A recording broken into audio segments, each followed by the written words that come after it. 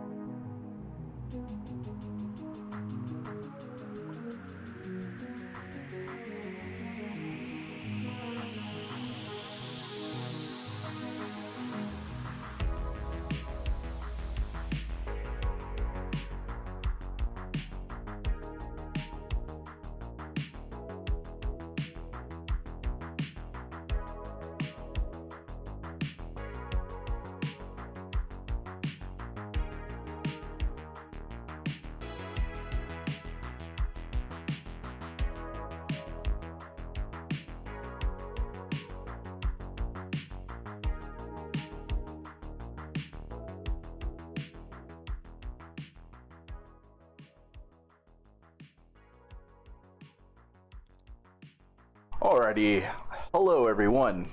Thank you guys once again for joining us for yet another Alpha League stream. I am Malice here, and shortly we'll be joining commentators so we can get this game started.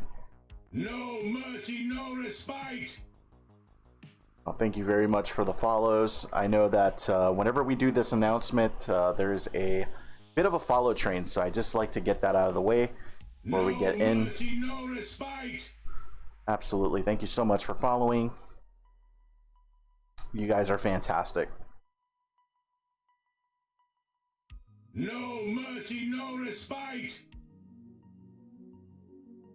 All right. Go ahead here.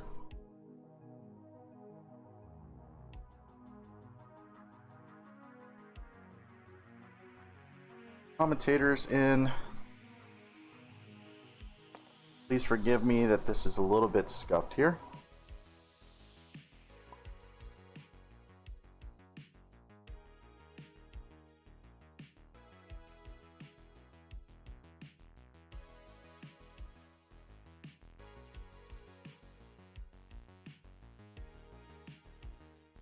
We're doing the pre-game setup here.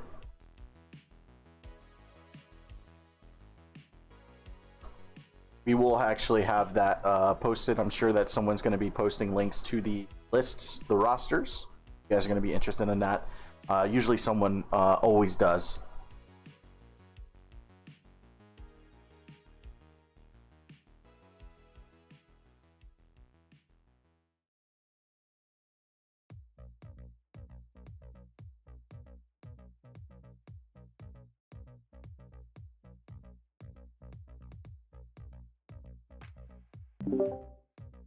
Malice is also muted in technique. Hello. Hey! I'll let you guys go ahead and introduce yourselves here as we're starting up this stream. Okay, so I'm Flosun. I'm one of the broadcasters for Alpha League. This is my first cast for this season. Very, very excited to be joined also by Malice and Aladaris. Aladaris? Hey, this is Aldaris. Great to be back. Your resident judge and broadcaster for Alpha. Okay, looks like the map's going to be played on the Swampus Temple. Absolutely, I thank you guys very much for joining me today for the casting. It's always a pleasure to cast with you guys. All right, we're going to be loading in this. It's going to be Swamp Mist.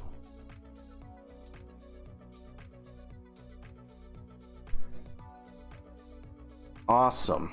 All right, so I'm going to go ahead and get the player comms in so that, well, actually, what are you guys' initial thoughts here on the lineup here? Sisters versus Salamanders. I think this game is going to be pretty close. Both armies are quite strong. With the FAQ and errata that we did regarding how Valor's Heart and all of the interactions between penalties and modifiers work, Space Marines technically has the advantage, but I think for both of these current lists, it's really anyone's game.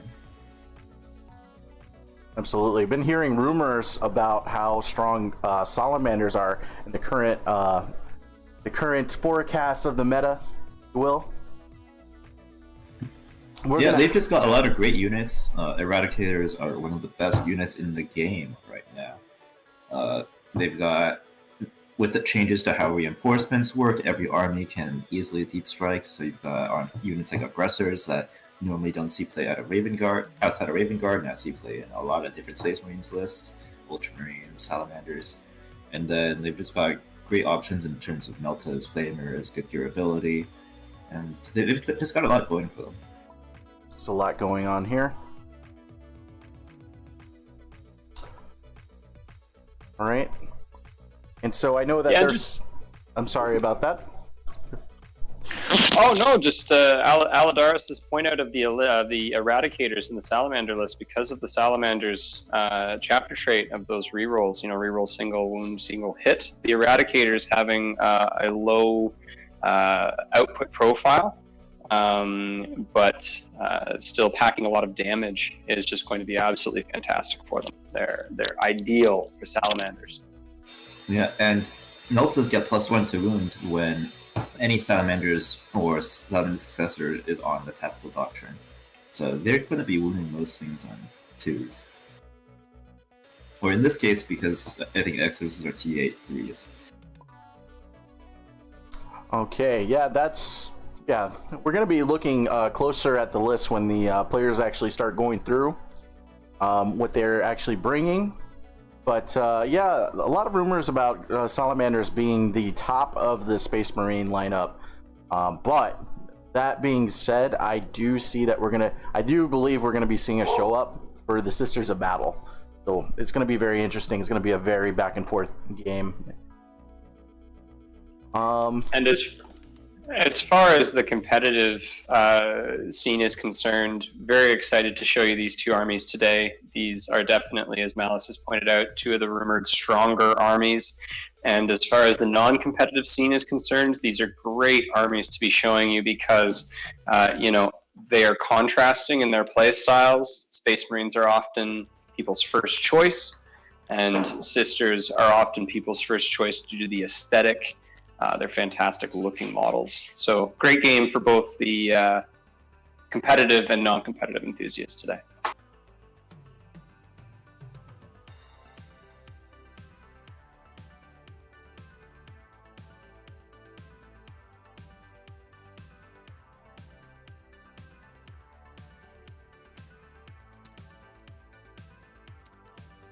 No mercy, no respite! Got it. Alrighty, fantastic. And so what we're going to actually be doing here is we're going to be opening up the comms for the players. And we'll actually get to hear what they brought. Got Joko. We're about to be introduced.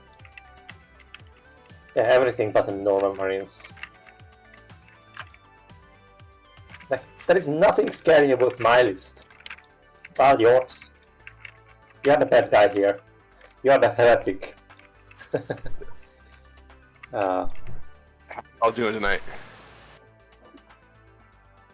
So, my Salamanders, they are my pride and joy after getting my ass kicked by Nick Rose repeatedly in scrims and in tournaments. I have a battalion with a captain on bike. He is the unkillable captain. He's toughness 7 with a -1 to be wounded. So his exorcists, those nasty exorcists, will be wounding me on 4s.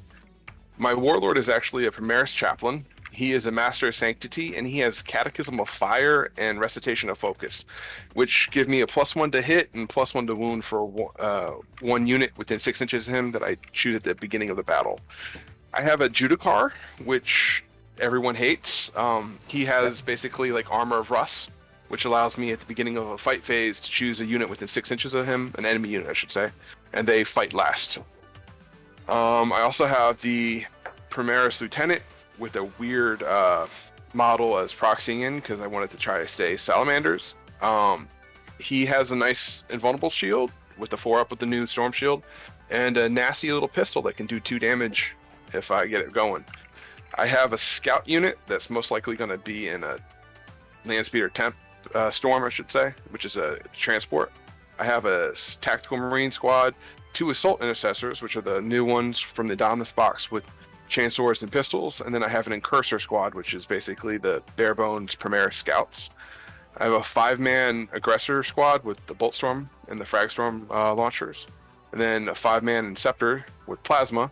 Then I have 2 squads of Landspeeder Tempests, which are kind of like the secret tech of this list. They have blast weapons on their salvo launchers, which are strength 6, AP 3, 2 flat damage. They're really good mirror matchups against Space Marines and stuff. And then, lo and behold, the sweet Eradicator, the Melta, that drives the anti-tank for this list. I got a question. Do you have any snipers? I do not. Good. But that is me. This is what I got, and also 2 squads of servitors. Okay. So I guess on to me. Yep. I have a battalion and a vanguard. The battalion is a Valorious Heart. Leading the battalion is my warlord, Keranes, with the Beacon of Fate warlord trait, which allows me to get an additional miracle dice at the start of my turn. And she's going to have the Litanies of Fate relic, which allows me to reroll a miracle die per round. Then I have standard Keranes with a relic that gives her a 2-up save, and wound rolls of 1, 2, and 3 always fails against her. And she is going to be equipped with a Blast Blade and an Inferno Pistol. Otherwise, she's just a standard Keranes. I have 3 9-girl squad of sisters. 3 of them has 1 Manta in it. And I have an 8-girl squad of sisters without the Manta. I have Imagifiers with the Tail of the Static, which improves basically my AP negation by 1. So I ignore AP1 and AP2 weapons. This is counted in before the Doctrine, sadly. So yeah, and I have 3 Exorcists with Missile Launchers. They are also affected by the ignore AP stuff. Yep, that's... Oh yeah, and I have 2 squad of Seraphims with double Inferno Pistols, and the Sister Superior is going to have Plasma Pistol on her. They basically have a 5-up invulnerable and they can deep strike, which they are gonna be. And that's for the Valorous Heart. Then I have a Vanguard of Pateros, leading with the Keranes. I'm spending a CP to give her a Warlord trait, and I'm spending a CP to give her a Relic, which is going to be Beneficence, which makes her strength 4, minus 2 AP, 2 damage, and an extra 3 attacks, so she's going to have 8 attacks on the charge. The Bloody Rose trait is basically improve the melee and I think pistol weapons armor penetration by 1. Yeah. Yes, and they get an extra attack on the charge. Yep, and then I have a Preacher, which gives an extra attack within 6 inches of him. I have an Imagifier with Tail of the Warrior, so +1 strength within 6 inches, a squad of 6 Rapensha, which are going to be in the Rhino. And all 9 of these are going to be in the Rhino. And then I have a squad of Zeppi, I think 8 of them. Yes, 8. Yeah, Power Swords, and nothing extra on them. Just standard Power Sword, AP4 Power Swords. Perfect for killing minions. Forget, the Chaplain does have a second warlord trait for the Never Give Up, which is on the sheet. But for those that don't know what that does, that allows me to choose a unit and give it OBSEC for a battle round. That's quite good. And then I have 2 Mortifiers, which are just going to be the Sergeant models, so they have a 3-up armor save instead of the 4-up Mortifiers normally have. And then I have the Rhino, just standard Rhino with a single Strombolter. Sounds good. Yep. Sounds good. Alright. And I will start again with 6 command points. I'm at 12 minus 3.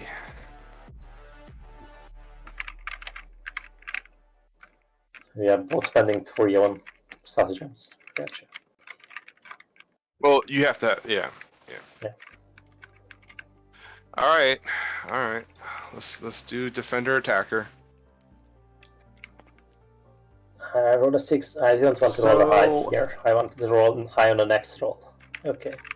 I am going to make it up first, basically. I think that's the defender? Yeah, which side do you want? Red or green? You choose the side because you are talking the first. Oh, okay. Oh, you make. So, what do you guys think about the lists that? Now that we've got a list breakdown, what do you got? What are some of your thoughts on what Salamanders is bringing? 2, 4. Well, Aladaris and I were pontificating before the game started and asking ourselves, what could those servitors be for in the Salamanders list? Aladaris, after hearing about that chaplain ability there, what do you think? Units are going to. Well, I think they're still just going to be in the back, hopefully not dying and feeding away points, and just trying to get some cheap objectives out. And so I was just trying to allude there that maybe he's going to pop the various litanies, things like that onto them with the OBSEC. But the Salamanders list is definitely going to be very speedy with the Land Speeder Tempests. They're going to be able to push out, take objectives, and then counterpunch with the units of Eradicators. So I think the Sisters are definitely going to have to stay weary at least until the bottom of turn 3. Yeah, it's interesting to me. I think they're setting out reserves at the moment. No, right? not hide. Yes. Like, they know. So the aggressors and Eradicator, one unit of Eradicators is being held in strategic reserve, so they can come in on turn 2 or 3, anywhere outside of the opponent's deployment zone within 6 inches of the table edge. So it's like a light version of Deep Strike, and the Inceptors have natural Deep Strike. So this will allow these units to be really around the map and safe during turn. Yeah, no. So it's my characters. I gotta really say, I've not actually seen too many of these units in play, but I am really excited to see what they're capable of doing. But just looking at the list from a top-down perspective, it just seems like there's a lot of utility in here. There's a lot of things that this list feels like it can do. Yeah, Eradicators are great anti-tank. Aggressors are the best anti-infantry in the game, arguably. He's got quite a bit of mobility from the Tempests, and he's got a decent number of backfield objective holders as well that he doesn't mind just leaving there. So he can do a little bit of everything, but at the same time his army is actually very fragile, and he's very dependent on killing the opponent's important units first before his go down, which the Deep Strike and reserves will help him do. Brazil, this will be the first time I see the Assault Intercessors in action. I've been noticing that a lot of people have been picking this up for their Space Marine lists. The objective on the ground, by the way. Yes, but if you... The improved Astartes Chainsword is absolutely huge. Being able to bump up to AP -2 and turn 3 onward with the addition of the Assault Doctrine, these Assault Intercessors are definitely going to be a strong midfield presence. The fact that they have 2 wounds and still have the AP -2 on them, turn 3 onwards, puts them in the same realm as some of the more costly units like Death Company and things like that. So having these as any Space Marine player in the Assault Doctrine is unbelievably great. It's a full new toolbox that they're able to access. Some would argue Space Marines don't need that, but as a Marines player myself, I'll take it all day, buddy. That's Absolutely. Points. Now, what are your thoughts on the Sisters of Battle list here? We're seeing like a really traditional list. It looks like. Just go for cut. Yeah, so it's got a lot of AP 0 and then a lot of AP -4. It's a very polarized list in terms of what profiles it brings. But if the Salamanders stay out of cover, the Sperm Bolter will do good work, and it's really going to be up to the Bloody Rose detachment, the Seraphim, the Zephyrim, and the Repentia to do most of the heavy lifting and eliminate the key Salamanders units, which are the aggressors and the Eradicators. Otherwise, if they manage to do that, Sisters are in a good place. Otherwise, it's going to be a very difficult battle. But we'll see. Aladaris, can we confirm, and Malice, can we confirm the reserves are over here for the Sisters units currently on this side of the board? No, I'm going to start with putting down a modifier. Yeah, not so sure. I would believe that the Zephyrim have natural deep strike, the Zephyrim have natural deep strike, and it seems like all the Sisters, Repentia, the Preacher, the Magifier, and the Canoness are going to be inside the Rhino.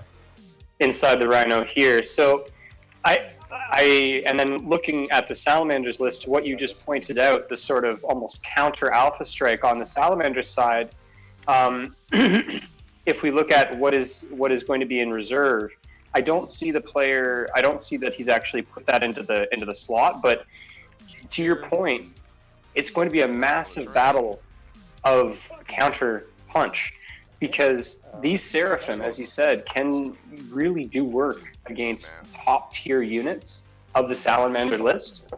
So what are we going to see here? Are we going to see somebody give up first turn simply to try to remove the opponent's alpha strike capability, to say, well, okay, I'll wait for you to put what you have down before I counter? That's going to be interesting. 3. I think it would be a mistake to do so against Space Marines. The primary reason why is the Stratagem Auspex scan, which allows you to basically choose a Marine unit and shoot with it against someone that just deep struck in. Which is very bad for these fragile sister units. If they get Auspex, they're basically dead if you have any reasonable amount of units close by to where they're landing. That So is actually all of very these true. Seraphim and Zephyrim are going to have to be really wary of that, and we should see, hopefully, Joko, the Sisters player, recognizing that and maybe deep striking behind obscuring terrain, using the new terrain rules of 9th edition to his advantage. Especially with the changes to how engagement range works, if you're able to get close, sometimes you can have this short as a 4-inch charge. But that's very much dependent on what deployment ends up looking like. The missile launchers. Yeah, absolutely. I mean, I'm just looking at all the deep strike potential coming out of both of these lists. If I'm Salamanders, I'm looking for a good Auspex scan, and if I'm Sisters, I'm looking for positions that might save my units. So, you know, in instances behind ruins and stuff like that. It's going to be very interesting. I think this is going to probably be one of our most tactical games to date that we've ever had on Alpha League streams. To your point there, Malice, if we give our viewers a little bit of background, I guess, on the players, this is a Pod 1 matchup between Joko and Apostle of Ruin. Joko is actually standing strong, I believe, in the standings currently with 2 wins. I'll have to verify that. I'll look at Apostle's record as well, but this is a Pod 1 match, so we're trying to bring you the top tier Alpha League competition tonight. Fire over here within 3 inches of that. Well, this definitely feels like a Pod 1 listcraft that I'm seeing here. These rosters look really scary, and I can only imagine that the players here are definitely going to be looking for tactical play here. These are not beginners in any sense. Going back, so this is Apostle's first game of this pod. Joko is currently standing at 2-0. It should be noted, though, Apostle just started playing TTS around when the pandemic hit, very commonly playing, in real life outside and stacking quite a bit of experience that way. And then Joko has, if you're within our TTS 40K server on Discord, you'll always catch Joko around looking for a game. He has been stacking games as far as I've been on the server. So players with a lot of reps, you should look for very fluid play and definitely no gotchas. These are players who are looking for a good game and will definitely give quite a bit of push and pull with respect to the rules, as long as they're still playing it fairly and playing it in the eyes as rules is written. So it's my drop again. I'm going to put 1 exorcist over here.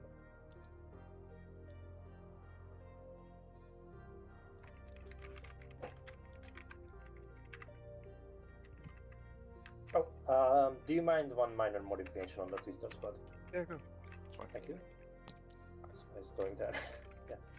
Twisted stuff around. It's fine, man. Make room. For both of our players this evening, Malice, it is 2 years exactly for both of them playing Warhammer, whether it's in real life or TTS. So, and both have been playing on TTS since COVID. So to your point, it's interesting. Same experience in real life, same experience TTS for both players. See you minor things. This is dance.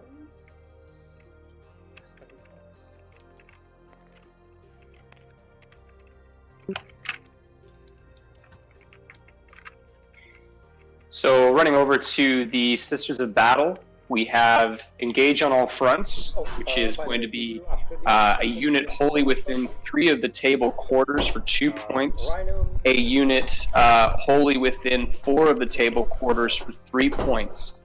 Then also going to be over to Deploy Scramblers and Bring It Down. Bring It Down, of course, everybody's favorite. You're going to be scoring 2 for vehicles that are 10 wounds or below, and you're going to be scoring 3 victory points for vehicles 11 wounds and above. Deploy Scramblers is going to be very, very interesting. Essentially, you have to have an infantry unit perform the action within your deployment zone, wholly within your opponent's deployment zone, and more than 6 inches from either player's deployment zone. This, to me, Deploy Scramblers is very difficult to get if you do not have deep striking infantry. Luckily, the Sisters player has lots. Yeah, you wonder, like, with Deploy Scramblers, I think maybe it might be a little bit telling as to what the Sisters are going to be looking for in this game. Yeah, engage. Yeah. I'm sorry. Yeah, it's also very interesting because the Salamanders can actually counteract the Deploy Scramblers quite easily. If the Sisters land and they aren't in the deployment zone, they're not going to be there next turn. They're just so fragile that they're probably going to die. So if you can use his Marines, Servitors to just screen out his backline, it can actually prove quite difficult to get the final one if you can't deep strike everything into the deployment zone, since these deployment zones are quite small as well. And Aladaris, and I don't know, Malice, maybe this is your time for your first soundboard for a rules question from the players. I don't know if we have a soundboard for that. Aladaris, the spikes, we had a question from the players in chat. The spikes on the Rhino, if we look at the Sisters of Battle player, and Aladaris has ruled that we are not going to count the spikes from the Sisters of Battle Rhino in the front. They are not part of the hull. So for players who are watching, when you are measuring on TTS and in real life, the spikes do not count. Yeah. How do you deploy your normal Marines outside of your deployment zone? Oh, that would make sense. Never mind. Sorry. I wasn't even thinking. You can't even deploy the Servitors there. Well, there's the soundboard there. I'm going to try not to be using that too much this game, but I can't help it, guys. Sorry, I wasn't even paying attention. So that's interesting then. Okay. So yeah, engage on all fronts, always an excellent pickup for the secondary objectives. It's definitely going to be a scrappy game, and that's usually a very, very easy secondary to pick up. The Deploy Scramblers is something that I've not seen in motion yet, but it seems to be one of those aggressive, like, you need to play aggressively to actually get the value out of that. And Bring It Down, I could see that. There's a lot of vehicles in this Salamander list here, but how many possible points can he get out of it? He can get 10 points. There's 5 vehicles, but they're all quite small. So 10 possible points. The thing is, land speeders are very fragile. 3-up saves, very low toughness, like T5 or T6, and only 6 wounds. So 1 or 2 melted hits, of which the Sisters army has a lot of, and the Tempest is a goner. Now, not forgetting there is that stratagem from the Space Marine player, and we'll get into the higher level stuff here, but there is an availability for the invulnerable save on a single land speeder unit, but to Aladaris' point, they are at best paper cranes. Looking over to the Salamanders player, we have engage on all fronts, which we broke down before in the Sisters play. 2 points for 3 table quarters, wholly within. 3 points for 4. While we stand, we fight. The Salamanders player will have had to have nominated 3 particular units that have the highest points value within his army. And essentially, if those are going to be on the field at the end, you're going to be scoring 5 victory points for each of those to tap out at 15, 5 by 3. And then, of course, raise the banners. This is probably the most common objective that we see, especially in early days of 9th edition competitive play. At the end of a movement phase, an infantry unit that has not been 3 inches of an objective controlling it can raise a banner. That is completed at the end of your next command phase. So that unit does have to stick around. Look for the Salamanders player to be using things like the transhuman physiology for 2 CP and other stratagems that will give him some durability to his infantry units, because honestly, and I'll throw to Aladaris and Malice's opinion on this one to me is very difficult to keep against a Sisters list that has a lot of firepower where it wants. I mean, if you want to take a unit down that's raising those banners, you deep strike it, you pop it off, and that's the end of that. Now, Aladaris did mention Aspect Scan, and we'll watch out for that as well. Yeah, so the thing is, actually, there was a slight, I think, misinterpretation of what it does. You actually only need to hold it until the end of your turn to count as planting the banners. But after it's planted, you get it at this end of your next command phase. So it's actually not that hard to plant the first banner, but it can be interrupted at any time if another enemy unit walks onto the objective. Alright, never mind. Oh, okay. So very, very, very key point there.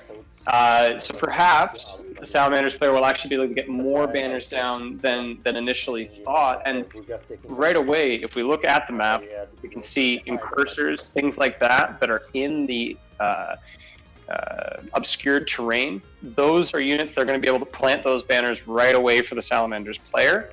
And it's going to be up to the Sisters player to kind of crack into this mid to back third egg of the Salamanders player to get those banners off. Otherwise, 2 banners across 5 turns, that's 10 easy points. Yeah, and remember, servitors are infantry too, so if they have a unit that's trying to hopefully live, get up to a objective and plant a banner. There it is. Aladaris has actually cracked the egg. It's the first egg of the match that's been cracked by Aladaris, and of course it is the use of the servitors. How did I not see it? They of course are going to be the banner planters. He's got to be right with that one. I have never seen the servitors in action. I gotta say though, the target prioritization from Sisters is going to be very important, especially with the addition for Raise the Banner. Usually from what I've seen, Raise the Banner seems to be a relatively safe pickup. But yeah, this is going to be kind of based on, I feel like it's going to be based around how Sisters is going to react here to this. I mean, it's already kind of setting up for a aggressive play with bring it down and deploy Scrambler, so oh man. But here we have these deployments now. We're kind of actually seeing the form up here. You have to shoot exorcists into your servitors? Like, come on, man. Be a little more brave.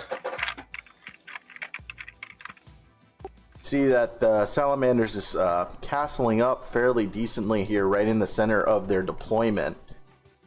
Yeah, there's still a lot in Deep Strike. In fact, I think we're nearing the end of this deployment. Yeah, and for reference, the models that are going to be there for the secondary while we stand, we fight, are going to be the unit of aggressors, the unit of inceptors, and one of the units of Landspeeder Tempests.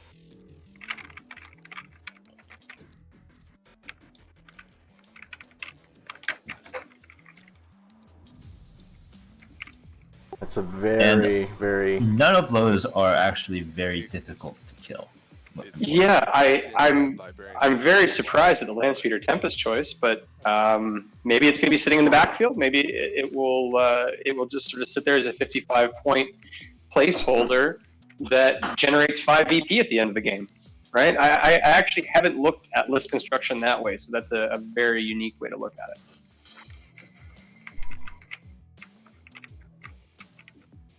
So did we actually? Okay, so I wish there was a easier way to tell, because it's going to be really easy for me at least to keep track of what he actually nominated for his secondary. The of deployment has been made, brother. Yeah, so for that, you must pick your 3 most expensive units in your army. So it basically has to be the Tempests, the Aggressors, and the Inceptors. Yeah, to me, you because you have to choose those expensive units, and he's got the Tempest being one of them. I don't know. Maybe these are going to be receiving the invulnerable stratagem each turn. Landspeeder Tempest. Just saying, I don't think that's obscuring. I don't think this is obscuring. So if you want to change the position of your Landspeeders, Storm, go ahead. But yeah. Okay. Yeah. I can only do so much. Yeah. So this map has a lot of really big pieces of obscuring terrain. So it actually makes turn 1 deployments pretty safe in this type of deployment zone. Lieutenant from Indominus and the captain on bike for. We do have a lot of kind of kill lanes, if you will, where you step in, probably going to be shot at. But as far as sisters go, they're going to be not so much needing the line of sight. But yeah, I would agree here. There's a lot of obscuring cover. This is just going to be a bloody match. There's no way. There's no way of getting around that.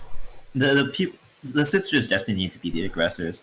If Salamanders spreads out, denies a bunch of Melta shots, and plays the objective game, they should be perfectly fine.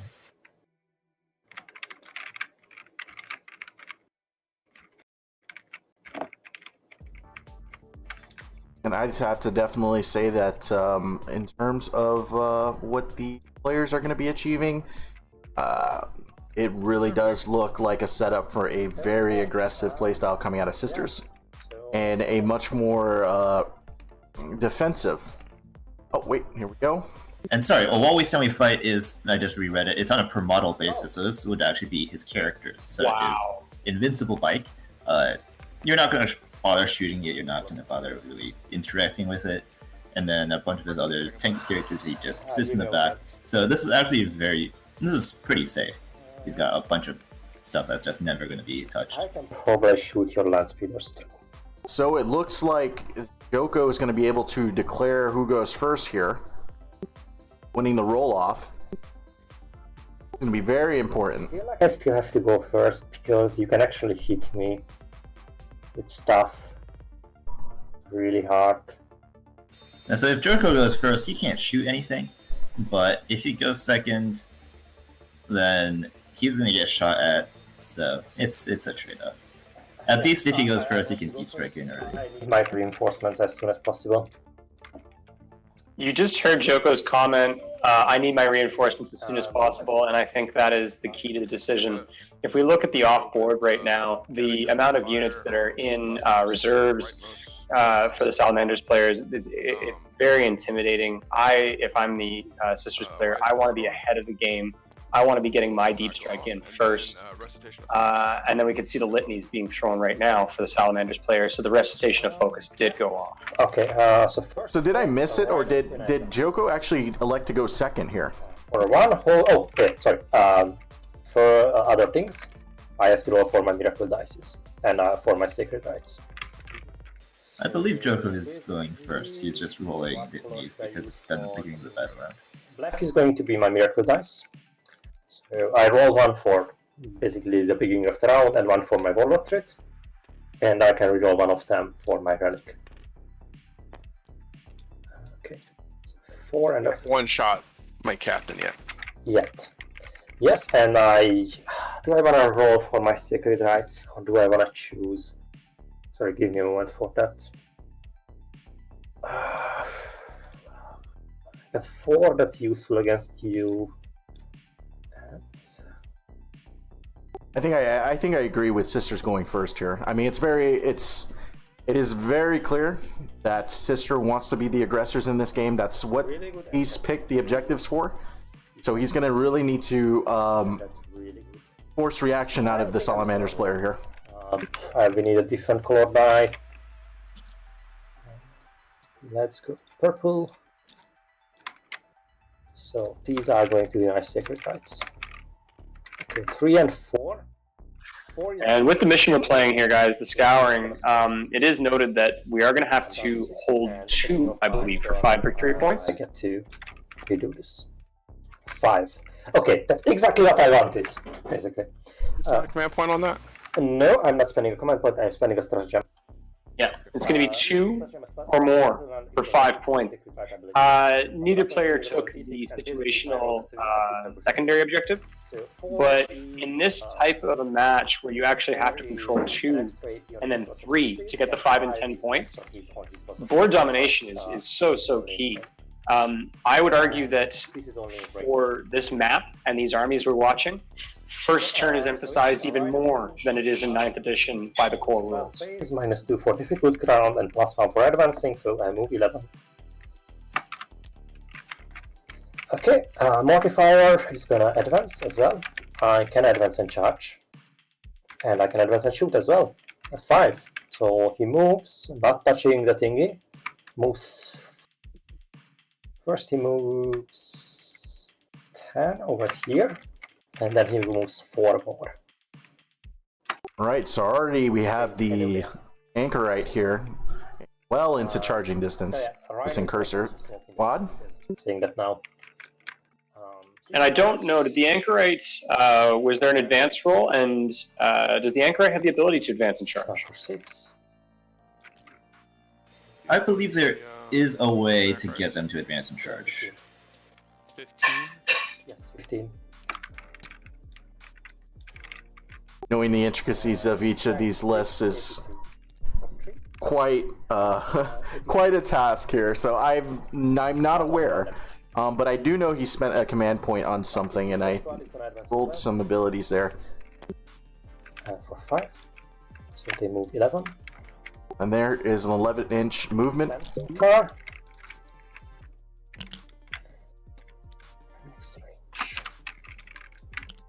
Sisters wasting no time to get onto these Yeah, so there objectives. is a 1 CP stratagem in Sisters that allows them to have any Adeptus or Regis unit advance and charge. For 3, it's 9. Is that enough for me? And Anchorites have a great profile I need a 4. Actually, that if I move a bit to can be 5, used to kill Marines with. Let's just double check on it. okay, between 3 and I still don't get it. I should have moved them too far. So he's running 2 Penitent Flails on each one. So Penitent Flails reads make 3 attack rolls, or 3 hit rolls for each attack made with this weapon instead of 1. And if you have 2 of them, they get 1 additional attack. So they're base 4 attacks, and then +1 from the weapon, and I believe Bloody Rose gives them an extra +1, and the extra AP -1. So it's going to be something like 18 attacks, hitting on 3s with AP -3, 1 damage. So this can very easily destroy that entire incursion unit. For this turn.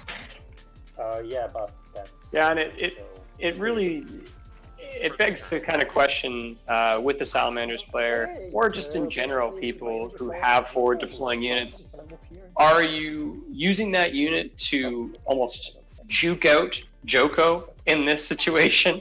Are you trying to get him to pull his units to the left? Or was that a situation where the Salamanders player maybe just got a little too aggressive with their deployment? It remains to be seen, but this is some high-level play we're seeing here, so it could be a ploy of sorts to try to get the Sisters player to pull to this side of the map. We'll see. Being in cover. Yeah, I think ideally he would have had them live and try to raise the banners, but maybe underestimated how far the Anchorite could move. Because that is quite the distance. Mortifier is going to advance. So I think this is a very good. I'm sorry, I have to do it, guys, but colliders, guys, please. Can we fix colliders, please? It's not that big of an issue. Joko's doing a really good job getting over that, but the collider on that, I can tell, is kind of annoying. But okay. Yes, Sisters moving up. They are actually taking a lot of ground here. All of these objectives are going to be within Sisters' contestant range. This squad. Yeah, because he has nothing to shoot, he can just freely advance everything and then try to get up the board. You know the aggressors aren't coming down until the end of turn 2, so you have quite a bit of time to really get around. There's nothing else in the army that's really threatening to this army. I thought that was a very interesting call out by Flo. He's talking about how the incursors were deployed relatively aggressive, and it's to be seen if that is actually some kind of mind game there. Maybe he wanted to bait some resources on this side of the map so that the Sisters would be forced to react to their presence there. If not, though, I can definitely see a punishment going on for that. Exorcist is going to move 10, moving around them a bit. So that's 8 so far. So right now, Joko is really moving around his employment zone, trying to screen out the back to make sure the Inceptors can't get behind him and then ruin his backfield objectives. He's going to advance. And that incursor trade there, if you look at the Anchorite point cost, the Anchorite is, 65 points, right? And that's going into a unit that's almost double the point cost there with the incursors. So, really, from the Sisters of Battle, from Joko's perspective, Apostle of Ruin, the Salamanders player, is definitely taking the worst end of the point exchange there. And in terms of competitive play, and in terms of Warhammer in general, it all goes down to math, right? That's what we're playing right now. We're playing essentially a math equation on a board with beautiful models and a great representation of a story. So if that's what it's coming down to, it's just coming down to the math. Then that exchange that's happening between that Anchorite and those incursors, that's a win. And the more ticks that you can put in the win column per turn, per action, per second, the higher chance you have of winning a game overall. It's all about the math. I would definitely agree there, but also a game of RNG. So there's always a chance that won't actually play out as intended there, as Math Hammer dictates. So. But Malice, you mean I can't just do an equation to figure out whether I win a game? That's not fair. 3, 4. We'll definitely have to watch that there. It's reminiscent of how the AdMech have the Cerberus Raiders and how they're able to kind of run up a board. They obviously know, what is it called? Galvanic rifles. But, I mean, it's still a very fearsome melee combat model, it doesn't. It's just very cheap. It's fragile, but when you're just tossing in as a suicide unit, if it kills a unit, great, it's done its job. And your opponent still has to deal with it, otherwise it's going to suicide into another unit. What do you say? Is that enough? We've also got to give a shout out here to the various model pack makers for both the Sisters and whoever did the Incursor Sergeants here, or the Incursor, for the Salamanders. If you zoom up on those, they're really beautiful models in real life, and it doesn't really take away from the horrible carnage the Anchorite is about to invoke upon the Incursors, but really clean looking. And if you're looking for a nice model to paint, the Anchorite and the Sisters Battle line is fantastic. Move 7. That's still going to be within 3. Having a little bit of issues with my mouse here. You can see he's also got the other Anchorite on the other flank over here, dissuading any kind of reaction from the Salamander player, because with both of those on the flank, it dissuades the Salamander player from being able to bring in the strategic reserves from the board edge. If you tell me that my strategic reserves are only going to have the firing angle on a 65-point model, or they're going to get charged by a 65-point model, I'm not bringing them in on that board edge. And it looks like that's what Joko's trying to do with the Anchorites. He's really dissuading that strategic reserve ability and locking down the board. Okay, I think that's all my movements. Definitely, and it's going to be like what was brought up before.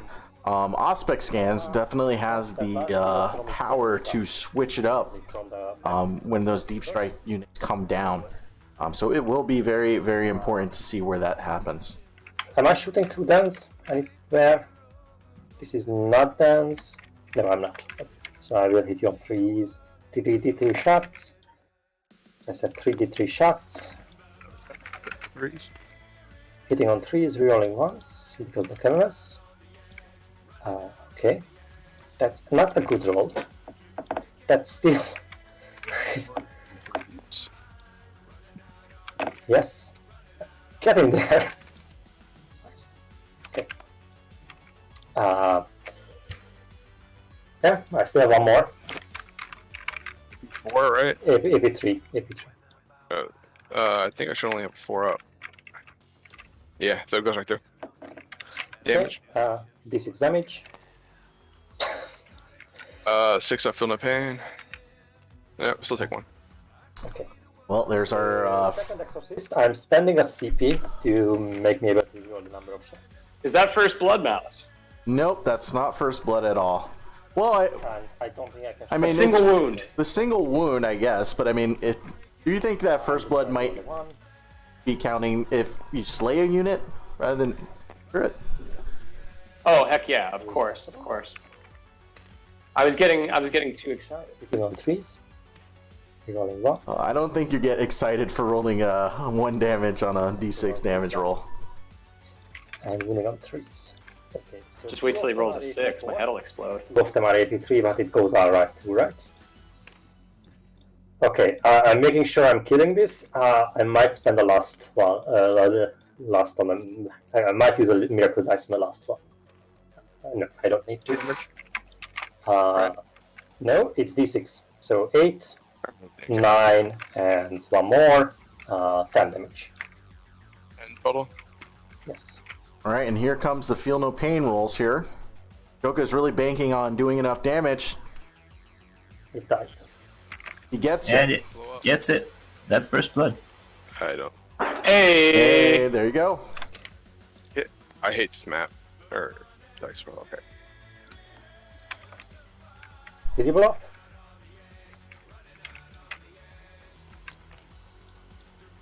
up? Did you blow up or not? It did not blow up. Okay.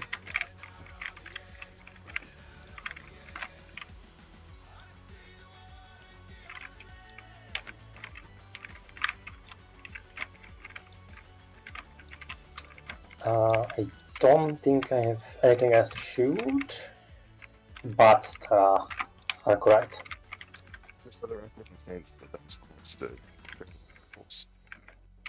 Okay, that's not a problem. So I'm hitting on 4 because I advanced. That's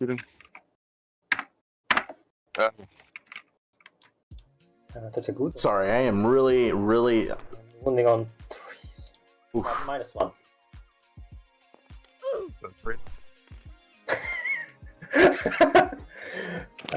Why do you have 3 ups? P1, right? Yes. Oh, yeah, you ignore that. I remembered. Okay. Then I'm spending CP. Oh, yeah, you move into my. Yes, for advance and charge, and I'm charging your inquisitors. Here it is. It's your roll, you are. And look at the ground being gained by the Anchorite. He's not even going for the front charge. Of course, using the full movement of the charge.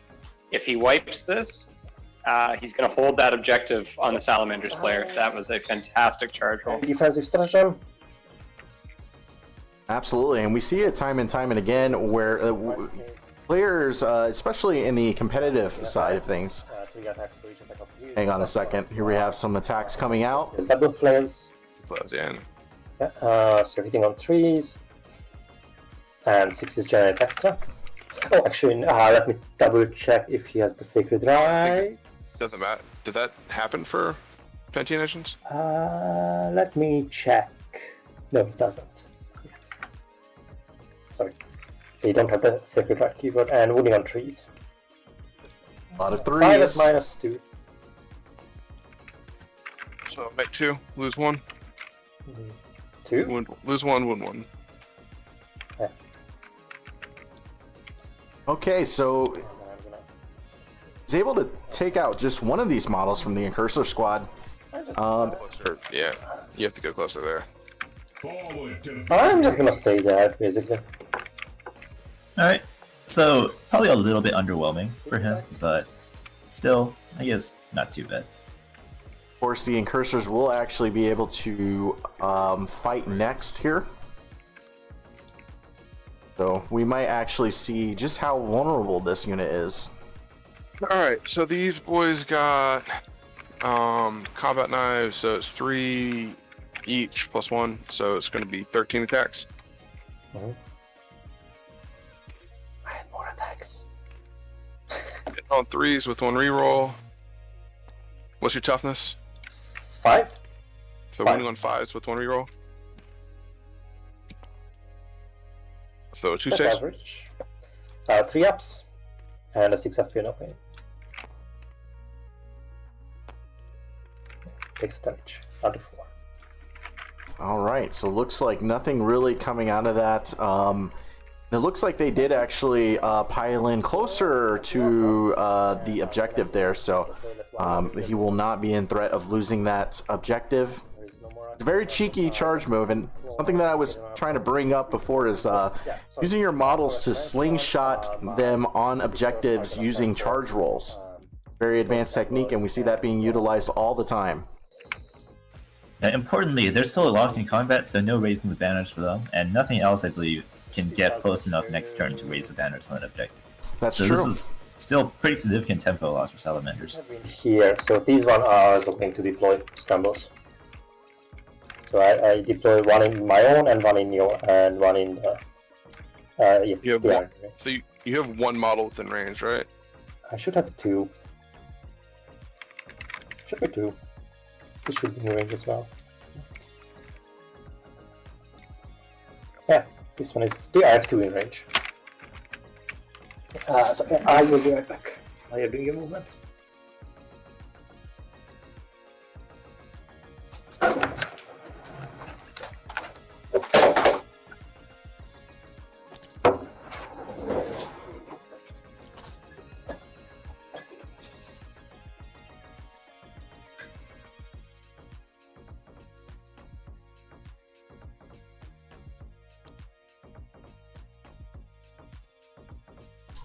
So yeah, okay, so looks like there's a bit of a contestment here in the objective in the center of the map. Looks like Joko is trying to do the secondary objective of deploy scramblers. Now, can you remind us, anybody can remind us on how deploy scramblers work? So deploy scramblers is going to be sort of a three-pronged portion in order to actually accomplish it. So what you need to do is have an infantry unit that is wholly within your deployment zone, do the action, and complete the action. You also have to have an infantry unit at some point during the game wholly within your opponent's deployment zone, perform the action, and complete the action. And then you also must have a unit that is no more than 6 inches from either player's, or sorry, more than 6 inches from either player's deployment zone. So essentially one in the middle of the board. Also start and complete the action. Okay, so this is going to be 10 VP at the end of the battle if you successfully completed the following action 3 times. Once in the deployment zone, once in the enemies, and once in the middle. So you actually can't max this secondary of 15 points. It's worth 10. And we pointed out before, Malice, and you were talking about the deep strike ability of the sisters. It is going to be very difficult for the sisters to complete this action with an infantry unit in the Salamanders deployment zone due to the flimsy nature of the Sisters of Battle just as a faction. Take a look at the back end of the Salamanders deployment zone and recognize that we are, of course, playing the Scouring, which is a new 9th edition format deployment zone. These deployment zones, as Aladaris pointed out, are tiny. It's going to be very difficult for the Sisters of Battle player to complete scramblers in the Salamander zone. Excellent. I would definitely agree with what you're saying there. But I wouldn't cast away Sisters to be as flimsy. I mean, these are in Valorous Heart, aren't they? Yeah, so Valorous Heart, if you're unsure what it does, it allows Sisters models to ignore AP -1.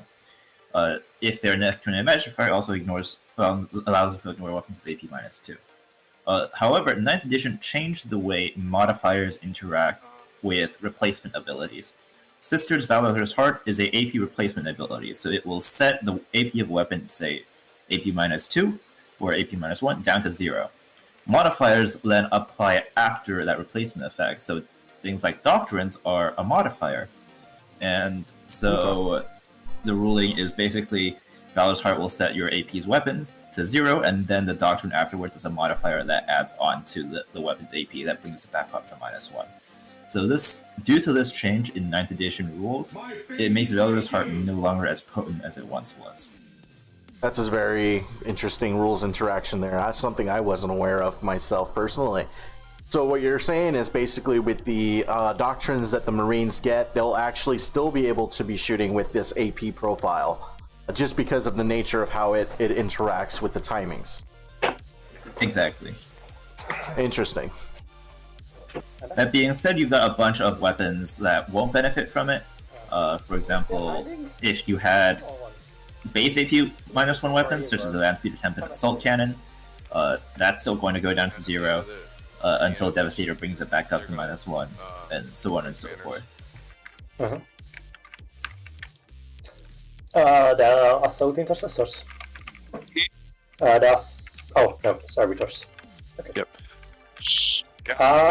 Actually, you can't. Wait. I don't think I piled the. No, I mean you can't raise the banner up.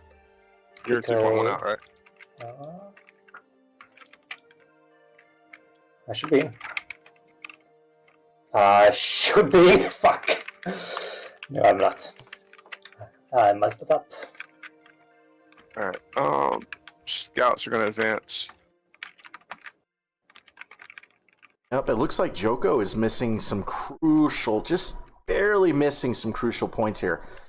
So raise the banner, it might actually be possible for this incursion, this squad of servitors here.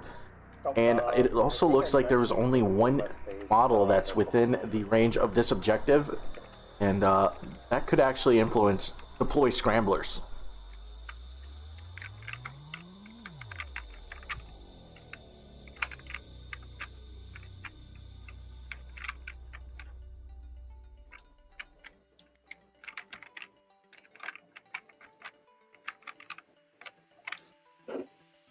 I'm curious what they are talking about us. I feel like they are criticizing every choice of ours. Absolutely. As per Alpha League tradition, we always put you under the microscope. And so I really have to ask, what is Joko thinking at this point? He's missing these by fractional measurements. That can't be too good. It's definitely a disappointment, but I don't think it's a major cause for concern. He's got the Rhino coming in with the Repentias. They're going to be clearing up whatever is on that objective.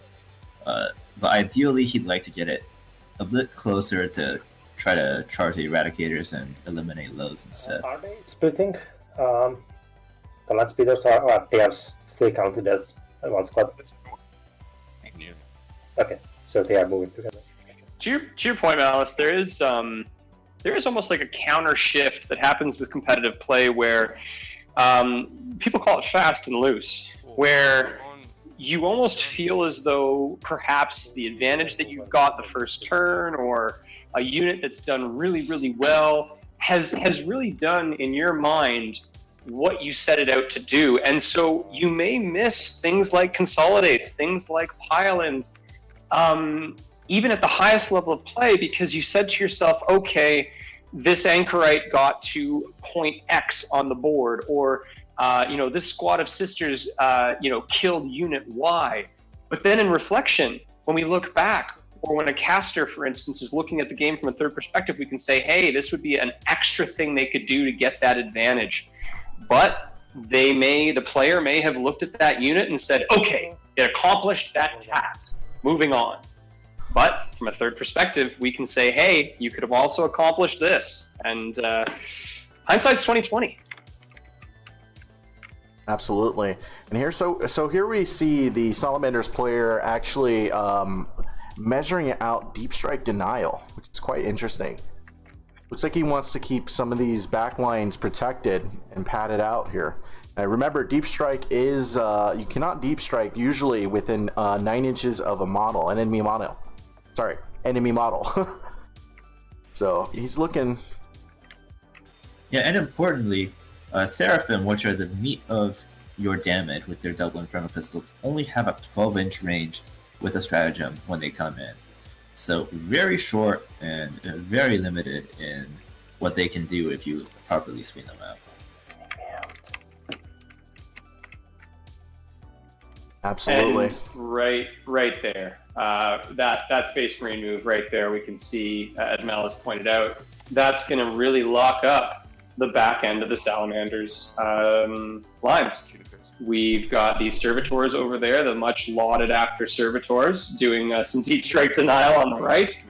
We have the core firstborn Space Marines back here denying on the left, and a good solid wall of assault intercessors and squads up front. I think he's done it. You're not moving the land speeders? Huh? You're not moving the land speeders? No. Okay. Much to Joko's surprise, the land speeders are staying still. And much to my surprise, Aladaris, Malice, what's your feeling on... Oh, he does appear to be moving them, maybe, in retrospect. Come out! So I think he wants to keep them in reserve. Because they're so fragile, an Exorcist will one-shot any land speeder that pokes its head out. So they're not too much of a use to get out on the board at the moment. You kind of want to get your Eradicators in, hopefully pop an Exorcist or two. But he's going to be seeding a lot of the board, and primaries can quickly start falling in the way of the Sisters player. Absolutely, and even as we see the back end here expand on our Salamander's turn 1 here, he's still not. I mean, we still have to see if he's gonna be making those movements to try to deny everything. But make no mistake, like even without moving these land speeders out of here, they can still be targeted by the Exorcists, and he is looking for those targets. So the question then becomes, how confident are you in the survivability of these Tempests? As we've been saying here before, they're not actually that tankable. They're not tankable. Jesus Christ, words. So it's 2D is 43. They're not very tankable. So the question becomes, what do you want to accomplish with the land speeders before they go off the board?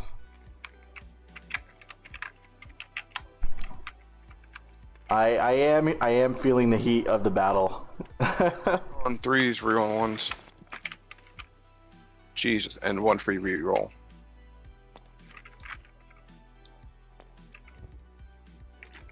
These are strength 6, your toughness 5, right? Yes. Or your toughness 6. Alright, so 1 on 3s. Rerolling 1s with 1 reroll. So these are AP 4. I don't get to save. Okay, these are 2 damage each. Yep. So he's just using the land speeders to kill an anchor that's been irritating him on the side. They can still peek out and see his long little saw poking out. Hitters are going to shoot into. Yeah, that was pretty significant firing there. Actually, it's still pretty impressive to see a model being taken down so thoroughly like that. But you gotta wonder, was that very efficient? And Malice, are you saying efficient is in the trade of targeting the 65-point model there with the Eradicators, or? That was with the land speeders. He is shooting the Rhino with the Eradicators right now. Oh, excuse me. Okay. Well, I'll wait for the results on the Rhino here. Reroll ones, and I get one free reroll. And then winning on threes, rerolling ones with one reroll. Oh no! Too many twos, guys. Too many twos. Oh, we still have You some are not in that. shots. Wait, I do get a 6-up save because I have Shield of Fate. I'm thinking of. I'm gonna roll them one by one because I might comment 2-1. No? Joko keeping the tension high, rolling one by one here. Yeah, he's gonna probably have to command point this one. No, I'm not doing anything, so R3 goes too. Well, maybe not. That's 36. That is a 13. That'll get it, guys. And does it explode? No, it does not. And I have 9. With no explosion. So just going back to the thoughts on the land speeders, guys. So Joko actually, I think, really gave his opponent, and this is going back to the talking about good competitive play. I think Joko gave his opponent a bit of an out there. So the skilled rider's stratagem, you can only use that skilled rider's stratagem if the land speeders have moved. So for 2 CP, you can give a unit a 4-up invuln if they did not advance, and then a 3-up if they advanced. And so I think Joko, by saying you're not going to move the land speeders, was gently saying to Apostle of Ruin, hey man, my Exorcist can still target with the no line of sight, and if you want to be able to give an invuln to your land speeders, you should at least move them a half an inch, right? So again, just trying to give your opponent some vision into some good play and some nice play there. I don't think Exorcist can target without line of sight. Let me double check on that though. Oh, my apologies. I thought somebody had mentioned before that they were shooting without line of sight. No, it's just the regular Havoc launcher I don't even know how to get there. and the missile launcher. Over here. It's something interesting to point out. We polled chat here on who would be winning, and about 56% think that Salamanders will be winning. Very interesting. Well, a lot of people putting their I think that's pretty reasonable based off of the way Salamanders is positioned. They're going to need to get out on a map on later turns, but with the land speeders, they can hopefully do that. It's really up to Sisters to see how many points they can score early on in the game. Yeah, because you don't come out. Aladaris, do you play Sisters yourself? I've dabbled in with them, but not too much, I would say. I'm not Just as if you were Joko in this point, looking ahead to his possibility for deep strike, would you start popping deep strikes right now, or would you actually wait and counter the Salamanders players' deep strikes with yours on turn 3 at the top of turn 3? What would you do? Can you click through this? I would probably have to wait. The problem with I would deep strike one unit actually to You should behind the servitors, unfortunately, to try and knock them out, force shooting to go to that direction, and threaten to play scramblers. Sorry, I don't know if Because if you don't do that, you're never going to get to play scramblers. So I feel something in the corner with the servitors needs to be done, and it's a necessary sacrifice. I think if you right click on it, I would change the classes. So you're thinking about maybe staggering them and using those deep strikes as sort of strategic snipes rather than one big punch. Yeah, so I'm thinking probably I would toss the unit of Seraphim in the corner if they would fit. Bolt pistol the servitors, or just charge them. With that many bolt pistols, you'll probably kill all of them. And because you have fly, you're going to be able to get in and to play scramblers next turn or threaten a charge, and that'll force a bunch of the Salamander's army backwards to deal with that and let you score more primaries in the middle of the field. So I think he has to deep strike in that corner with either Seraphim or Seraphim. If he doesn't do that, he's saying, I give up on the play scramblers, I know I'm never going to do it. and that's going to be tough to come back from. Oh, I should have gotten one last turn for killing your land speeder, so do you mind if I roll it now? And so just as Joko, I believe, rolled some miracle dice, take a look at the scoreboard. Those 15 on the primaries, I mean, sure, it's only 15 points, but I think it's very indicative of the Sisters' real dominance of the board right now. They are pushing up right to mid, and I really feel as though this type of board control in 9th edition is what's going to win you the game. Scoring on secondaries is one thing, but consistently getting 15 points a turn, I mean, there's no arguing with that.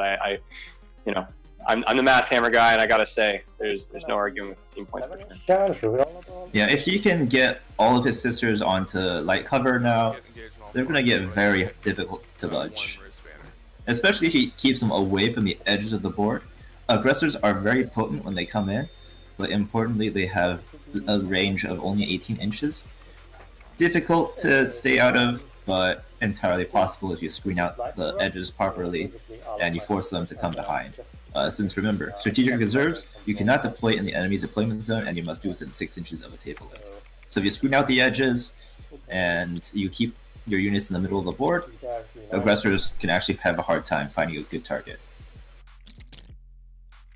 And Aladaris, with 9th edition, when somebody comes out of strategic reserves, how does that interact with the aggressors' shoot twice rule? So when units come out of strategic reserves, they are counted as having moved, so aggressors would not be able to double shoot. However, Salamanders have a stratagem that allows them to treat a unit that hasn't advanced as if it had stayed stationary, which will allow the aggressors to double shoot, because that's what it checks, has the unit remained stationary or not. And due to the stratagem, they have. Here? This is another reason why aggressors are so popular in Salamanders. Another 6-inch, another D6 result there. Sorry, 6 on that advance. He is booking it, boys. Really, really encroaching on this board here for Sisters. I gotta say, yeah, with the secondary selection here for Sisters and deploying Scramblers, he's definitely going to have to score as many points out of that as possible. Like, I feel like he's very much forced in that position, but oddly enough, I feel like it's going to be working out for him just based on the position that he has on the map. And the interesting thing with the play Scramble is that it has almost forced the Salamanders player to sit very far back and screen out his entire deployment zone. So he might not get to play Scramblers, but at least he's forcing the Salamanders to be react to pretty it. passive. Now there is a lot of stuff still in reserves for the Salamanders, so it's going to be very, very important how they are going to get deep strike. As you said, they can't deploy in your opponent's deployment zone and 9 inches away. I wonder exactly what's screened on this side of the board, and where can the Salamanders come down the most?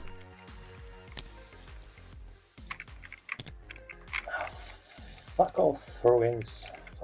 That's the only unit that can actually come down in the middle of the board on turn 2. It's going to be the Inceptors. Inceptors, he's running plasma variants. They're very strong. Bunch of shots, strength 8, AP -3, 2 damage. They're actually going to be AP -4 since they're assault weapons, and he's going to be switching over to tactical doctrine. So they can do some serious damage. Exorcist, however, T8, 6-up invuln, still a rough target to shoot at. Before that, I need a question for him.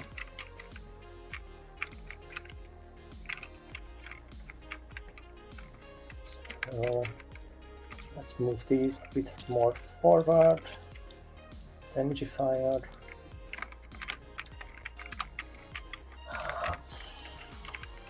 I do say I am liking how this this movement phase is coming out for Sisters here.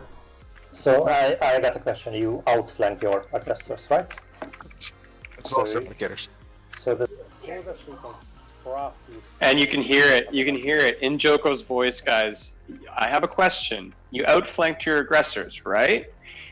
The uncertainty of a player who is in his movement phase and wants to make sure that everything is ship-shape before he finishes off. I really do think that this early push by Joko is just a way to kind of get the Salamanders player to fight by Apostle of Ruin, forcing Apostle to show whatever deep strike he has, and then hopefully Joko can counter on turn 3 from his perspective. But no matter what level of competitive play you're at, you can always hear reassurances during the movement phase. Hey, is this okay? Hey, what distance do I have from X to Y? And you can even see Joko now moving back some sisters, really trying to make sure that his deep strike clearance from his perspective is all ship shape. And then making sure, of course, the board edges are covered, as Aladar has covered the strategic reserves ability previously. Yes. I think what would be interesting is, so right now I don't think the aggressors really have a great spot to be to shoot anything important.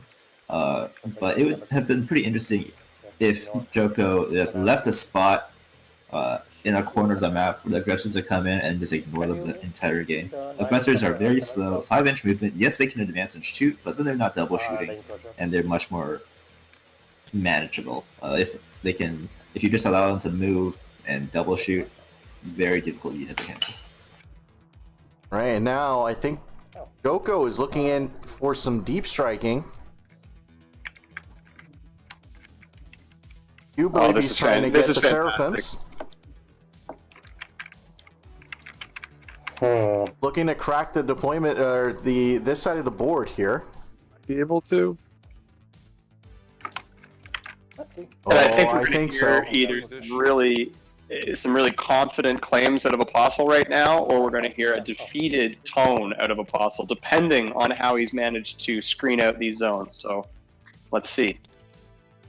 Might be. It's going to be tight, boys. Very tight, possibly too tight. Kappa. No, that's not. Oh. I'm fine with 1 dying, basically. 0.8 right there. That's 8.8. I'm fine with 2 dying, even. Okay, so Joko is willing. Is that how the rules work on that? If I can Inferno Pistol your Eradicator's 2 dying, he's fine for that. This is unreal. He's willing to sacrifice units simply to get the shots off. So for sure, so this is something that's currently under debate by the judge and rules team. We currently have not yet reached a consensus, but the idea is under setup rules, if you are unable to set up a unit fully within coherency, you are allowed to kill off units until the unit does fit. That being said, there is an argument, if there are other legal positions they can be placed in, can you forcefully shove them in there? And right now, for this game, we're going to say it's okay, but this is subject to change based off of the discussion of the rules team that is currently being undergone. I'm assuming that. How does your stratagem work? I spend 1 CP as soon as they drop down, they shoot. So, because it's my turn, I choose the order, so you can. And you can hear it predicted by Aladaris previously when we were covering the stratagems that could be used after Deep Strike. You can hear Joko popping these immediately when they come down strat, allowing him to shoot now and shoot in the shooting phase. So perhaps that's why he's okay losing the 2 models. Order of operations. Yeah, I can move him a bit back. So because I can't place these two are gonna die. But yeah. Very interesting. So he's foregoing 2 models in this unit here just to get on this flank of the Eradicators. He is definitely prioritizing getting some shots down here, and I think I would say that maybe the profiles are here still. It's got a good chance of killing them. Infernal pistols are basically melt pistols, so you got your huge AP, I think AP -4, you got your D6 damage, you got 4 shots from that, and then a plasma pistol to follow it up afterwards. These Eradicators with proper roll-in are very likely to have two bolt pistols, one Inferno and one Plasma. Oh shit! This one meant to be Inferno. Okay. Sorry. I am killing the two bolt pistols. So 3 hits with Manta, and what's your toughness? 5. And I mean, guys, this right here is the All question. hits. Like the exchange of the Eradicators. I mean, So the first at what point do players look at screening outside only with low impact units? The Eradicators are the full side screen there of the Apostle of Ruin's flank, and you know, at what point does he think to himself, okay, should I maybe consider giving up those maybe the scouts or something like that on the left-hand side in order to push the deep strike zone out a little more. Again, hindsight's 2020. I honestly did not see Joko giving up 2 models for a deep strike. That was highly out of left field, and I think a very high-level play. Did he just actually wipe out those Eradicators? They're gone. They're gone. Well, we almost missed that, but yeah, those Eradicators been deleted, boys. I was 3. I had 1 damage, then 4 damage, and then 4 damage. Yeah. I watched it on the first die. And so Would you see one coming back here, Malice? Yeah, so he rolled 1 damage, 4 damage, and 4 damage. So the first shot didn't actually kill it. Didn't kill anyone. So only 2 shots went through, and so only 2 Eradicators died. Okay, so we've got 1 back. Moment for temporary. Yeah, I need to do this. You know what I find interesting is he didn't actually elect to do the auspic scan here. That was in movement. Yeah, so he probably lost too many Eradicators. Didn't think it was worth it. Incursors, unlikely to kill all 4 of them. So, and as it stands, they're going to get to shoot again.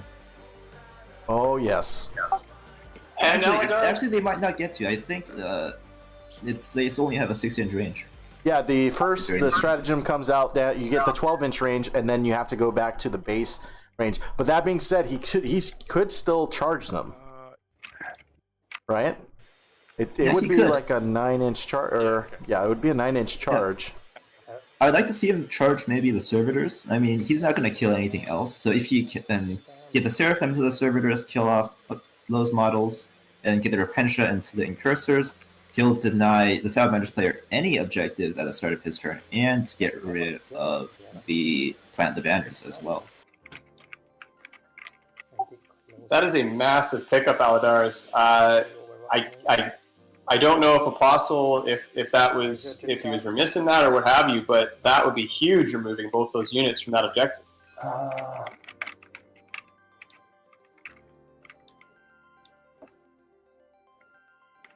So I can't really charge your...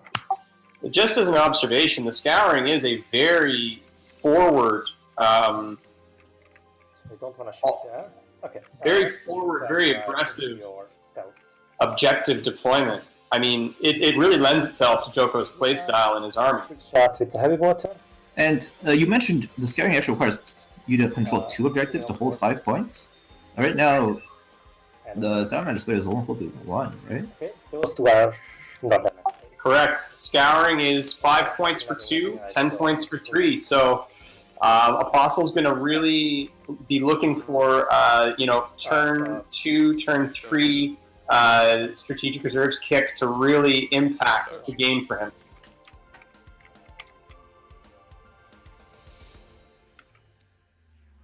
He might have actually played too cautiously on turn 1, and now he's just given up all of his primaries on turn 2. Yeah, only one of them are in double shooting range. So that's going to be... Absolutely, and when you see these, kind of deployments, it really just goes to show you, Joko had no fear of coming up this board at all. He wasn't playing. He was playing to the objectives. He saw what he needed to do, and he just went for it. And now we're seeing some payoffs. No, because I'm on the terrain. And winning on force, and the 6 is an extra AP. 6 on the pain. 1 dies, and this is on the 5-up save. 6 up. Did you say So- the other? You only said one, I think. You made a Huh? save. You made the save. They have a Okay. 4-up armor. Oh, okay. I'm not sure. I think I only managed to get 2. No, I managed. Yeah. So that you had 2 saves that were on 4s. I made one and then made a feel no pain on that, and then lost the save on that one, Ah, okay. and made a feel no pain on that. Oh, by the way, did you activate the? All right, boys, I just wanted to try something out here. We're going to be doing a little bit of a trial here. So this exorcist is going to fire the big gun there. And It's not worth spending 2 command points for one. Mhm. One. I need all 4 of my CP, so I'm not gonna spend anything. Hitting on. Oh, sorry, first the number of shots. And hitting on. 4s, right? Yep, hitting on 4s. And rolling once.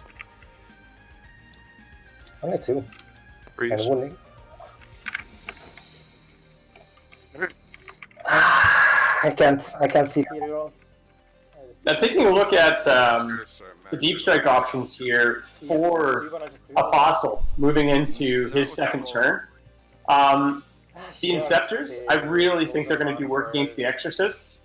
As Aladaris mentioned, you're not going to show those land speeders until those missile launchers of the Exorcists are off the board. That being said, I think the Inceptors are really going to do some work there. So perhaps that'll be a great counterpunch for Apostle against what Malice pointed out has been a very aggressive onslaught by Joko for the first 2 turns. Yeah, I would have liked to see at least one unit of land speeders in the open taking exorcist shots with their invuln, using the stratagem. So, and trying to get onto an objective, because he could have probably had this movement speed. These things are fast. He could have gotten onto one of the objectives with them. But now you're just delaying all your primaries so heavily that it's very difficult now. I know that we're still here and amidst the shooting phase for Sisters here, but I just wanted to kind of point out some plays here. Touch this. Okay. You can't really overwatch me because If my mouse would actually work here for a second. the Assault Intercessors and the Land Speeder Tempest. And the Servitors for good reason. I'm going to auto make the charge with an 11. Actually, So look, you have the miracle dice coming in. You just say, I'm using miracle dice, I have an 11 for the charge, no need to roll. Round. You have to be within range. So a 10 wouldn't make that, right? No, you have to have a model touching all the squads. Really? I think you Yeah. just have to make the charge. No? I think that's wrong. You have to have a model end up in engagement range with everything. Okay, that changes things. That means I'm only charging the Assault Intercessors and the Servitors. Sorry, I thought I only had to make the charge and not be in contact. Alright, so Joko is Uh, attempting to get a charge in over here on this point. We'll have to draw this out here for you guys. Apologize, my mouse is not working so great. Now, I would like to actually see the Seraphims actually make a charge onto this this unit over here. you can see Try and tie up and contest its objective and deny it. But, you know, something also interesting is to see what's actually available for Salamanders for counterplay. I don't think you can fit that. Yeah, so the thing now is, King of the Servitors is pretty pointless. He did not declare the anchor source as a first target, so he's not getting an objective no matter what. Maybe the best option for Church would just be the Eradicator Sergeant. Deny one extra melter shot. Something. It makes it there, and it makes it there as well. I mean, honestly, where do you see Salamanders deploying here? Right? We have a lot of screen that's available, specifically around this area here. We know that the I don't want to be with deployment zone just coming across here, Um, roughly. Yeah, so I predict that they're going to come down beside the incursors and really pump a bunch of shots into the sisters sitting in the trees next to the objective. try and get rid of those, and deny hold 3. Yep. Well, actually, he might still have the Anchorite, so he needs to kill the Anchorite as well on his turn. So, lots of different things that he needs to kill to wipe things off of objectives. It almost feels like it's too much. Like he's being stretched thin at this point. I mean, I guess he could. Yeah, I know. He would be denied on this side too. There's no way he gets on it. So it's really around this area, this objective, around here that he's actually going to be able to bolster. I don't know. It seems like a really tough order. Engagement range and should be outside at 3. Yeah. Yeah, I'm in. All right, so the Repentia squad is going to be making its way into the melee with the assault intercessors. Keeping one back in case I don't make this charge. Because I don't need strength 7, but I need the extra attack. Yeah, next is going to be the creature charging the servitors. So this unit is really just meant to be a distraction. If he kills intercessors, great. If he doesn't, whatever. You have to deal with this. They're going to prevent you from moving up and attacking the rest of the sisters that are actually on the objective. So this is more of a distraction than anything else. Imagifier. I wonder if he takes the bait, though. You have to wonder. I mean, the assault intercessors should, you know, do work. I'm pretty sure they survive this. I think that makes it. They are actually very tanky. I'm exactly, yeah. I'm exactly, no, it does not make it. Okay. And Cananas is gonna declare My faith is my shield. the servitors. And 7. 7?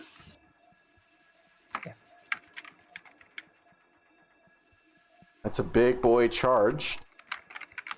The Repentia are armed with, I think, Executioner or something Great Blade. So I'm just gonna pile them in. So they have Penitent Eviscerators, so they're going to be Strength 6, AP 3, and dealing 2 damage each. So, pretty decent Yikes. profile for killing Primaris. Oh yeah, that's the profile. I'm hearing it. Oh no.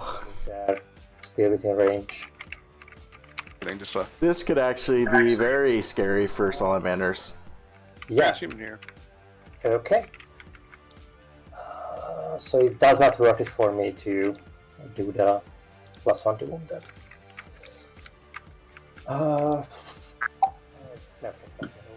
So I have 4 attacks. To Malice's point, does he take the bait? I mean, we've seen, and well, we've not seen, but we've mentioned with Aldaris here many times the potential for these land speeders, these 15-inch land speeders, plus advance if they want, just to move out of here. So, Oh lord. if the Sisters player sits here, I mean, Here we go.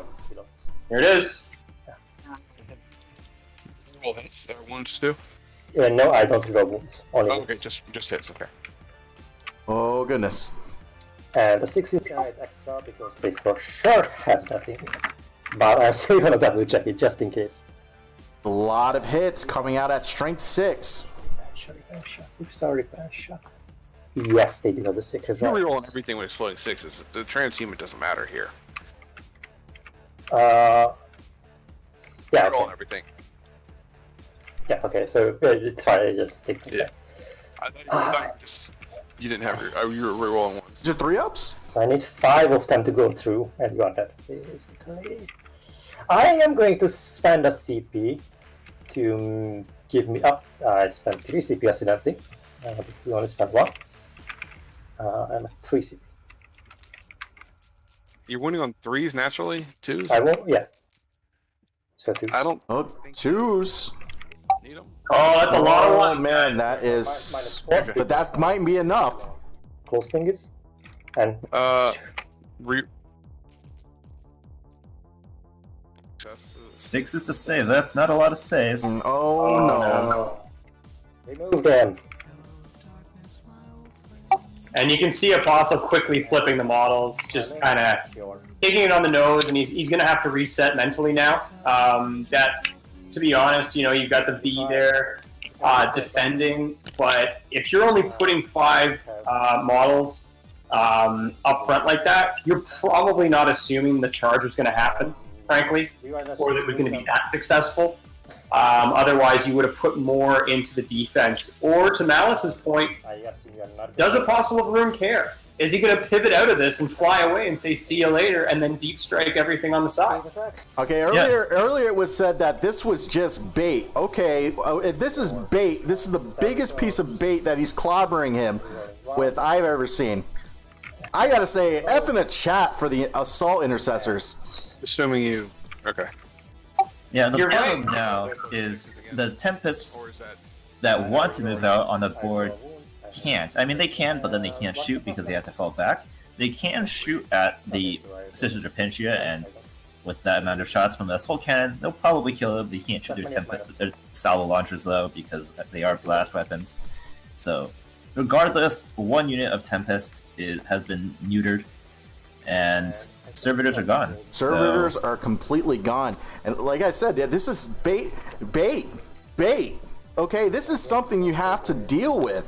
Now, this is a threat. You can't walk away from this. Now, this is Sister saying, I control the board. You're going to do what I dictate in this match. And by the way, I have all the objectives. Do I get to the other side of the wall? No, I don't think so. So let's get into cover then. And creature activates. Woo! Sorry, boys. And that's 7, so moves this way. That is, yeah, wow. That's fantastic for Sisters. You got to be feeling really good right about now. Taking this aggressive posture, and you know, if you don't move, I think they actually get locked in combat now. These Landspeeder Tempests. Jesus Christ! Yeah, so they have, like, there's, if they want to do anything and shoot, they had to sit where they are. But a very impactful charge there. 3, right? Yep. And when Landspeeders do fight back on a weapon skill of 3, because technically it's a dude's reaching out and punching you while they drive by in their little vehicles. Saves more and Von. I have 6 up involves. I don't have armor saves on these. Makes it 2 on that. And I have a 5 up here, no pain. Okay, 2 die. So 2 die. That's not bad at all. They're still threatening. So where does he remove it? Right off the top. Yeah, get them stuck in combat, one less unit that can shoot. And then you'll probably have to commit something else to that melee. If actually you probably won't. The assault cannons and another enemy will probably finish the job, but it's a very annoying unit to have in your face. The question is, do they have any special abilities to allow them to fall back and shoot, or are they going to be just stuck in here shooting at these guys? 8.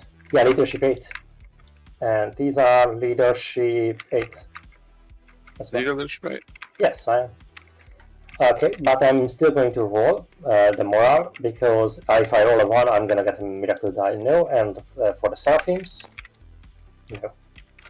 Okay, and I didn't lose anything else, and your banner is removed from here because I'm the only one holding that. Oh my goodness, okay. Oh, it seems like the Incursors were not actually in range of that objective, so no banner points at all either. No banner here, no, not even holding the objective. These guys are out. They're out. They're not going to be scoring that in the command phase there. A 5. This might actually be another 15 points.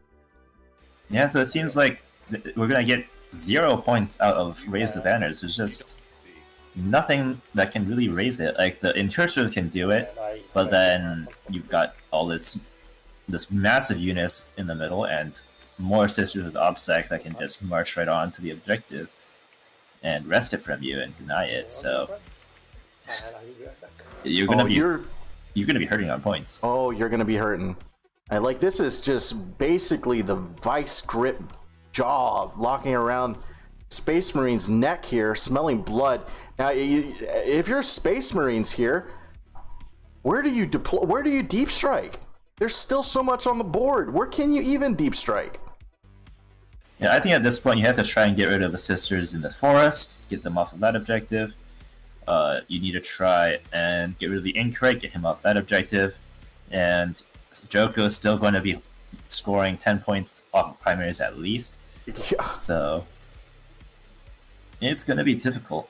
So I think he's trying to see where he can deep strike right now. There's so much screen on this board.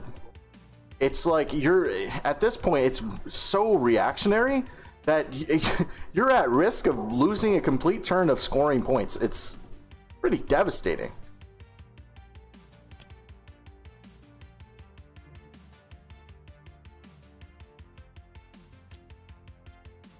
He's going to need a very good shooting phase. He needs to kill a bunch of key units. The Repentias need to die. The Anchorite needs to die. A group of sisters need to die. And hopefully he can also kill the sisters in the middle. So he really wants a bunch of kills this turn. And I don't think he's got enough shots to deal with everything at the same time, with the aggressors and the Inceptors coming out and focusing on the sisters. He can't afford to shoot the Exorcist. If you shoot the Exorcist, you might get rid of a threatening unit, but you'll lose out on points. You there, buddy? I think that maybe, there might be a chance here if the target prioritization is on point. He's gonna have to be splitting up the shots on the aggressor. He needs to get he needs to get models off objectives, without a doubt. At this point, it's damage control. You're reacting to this now. What can you actually get done with the aggressors? And now we know that the aggressors are very potent. We need to see how that comes into play here.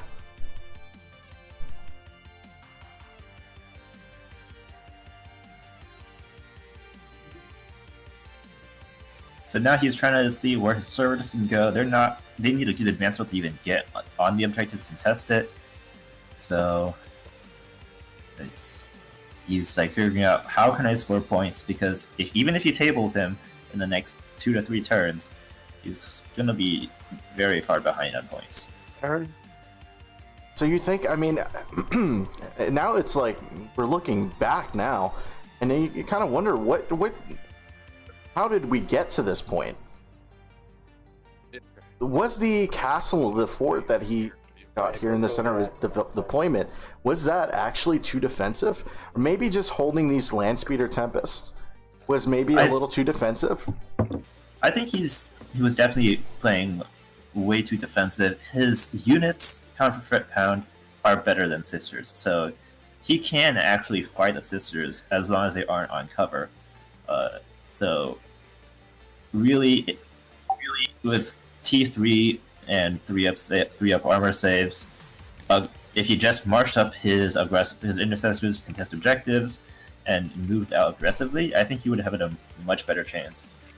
And now he's forced to move everything up to try and shift some sisters off the middle objective, which is not going to be easy. Not optimal at all. You're reacting here, and you're banking on the aspect of being able to completely wipe out in one turn of shooting, and then still getting the deficit if you don't. So your target prioritization needs to be on point. Yeah, and now I can't stress that enough. Tempest assault cannons are useless. They're basically AP0 against Valorous Heart. So you've got to rely on the shots of your assault and rapid fire weapons, and he doesn't have many of them available. The Tempests that are free and +1 to wound. All right, cool. On these guys. All right. Good talk. Now, are these Landspeeder Tempests separate units, or are they one squad? I never. One squad, I believe. Yeah, he's got 2 units of 2. So 2 units of 2. And so, are we about to see what Malice talked about? Are we about to see the big pivot? Are we about to see the Salamanders player, Apostle? Is he going to use his movement right now, or is he going to dig himself in? At this point, you have to react to what's on the board, or you're just going to be kicked right out of the game. because these points start stacking up. There's not going to be an entrance, and he will literally not let you enter the game if you do not deal with this. And so now he's in this position where he has to react. And even so, I'm really stressing this out, but the target prioritization needs to be spot on here. If you're Salamanders, you need to take out exactly everything. You need to spread those shots exactly correct, and there's just so much room for error. People often focus on, there's all the memes we hear about Spec Marines, etc., Marines, easy pick, blah, blah, blah. But as Malice just pointed out, your units, and as Aladaris pointed out earlier, first of all, you have high-impact units, right? You can push forward. As Malice just pointed out, your target priority needs to be perfect. And if we look at these lists, you don't have that much as a Space Marines player because your units do cost a fair amount. Now, we're not at Custodes level here, but as Malice is saying, if these assault cannons are not prioritized perfectly from this Tempests, if the strategic reserves are not able to come on board into a proper position, I don't know what's going to happen. Now, we do see, of course, in the top right, we do see the Salamanders player, Apostle of Ruin, measuring out his deep strike up in the top. So perhaps that's where the Inceptor is going to come down. We'll see. And another thing, at the end of last year, we saw the Repentious charge in. One very important unit in the Salamanders army to actually counteract this type of stuff is the Judiciar, or Judiciar, I don't know how you pronounce it. But it's a very potent melee unit, and it causes whoever charges to fight last. That was out of range, out of 6 inches of the front line. And for a dedicated melee unit, that's not what you want to have happen.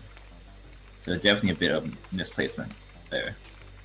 Absolutely, and spot on commentary earlier by Flosen there. It really does. I heavily believe that he could come back in, right? I'm not shoving the Salamanders out of the game just yet. It's really going to depend on what he can wipe out this turn and what he can control next turn. It's very important. Otherwise, we can see a situation where the game runs on the Salamanders. And yeah, lists can be strong all day, right? But if you're playing to the objectives, you can negate a lot of that, and we're seeing it here, where we have on paper one of the stronger lists that you could actually ever run, that has so much utility and has so much capability out of it. I mean, this is one scary ass list, and yet here we see Sisters taking the initiative on this game and closing it almost, it feels like.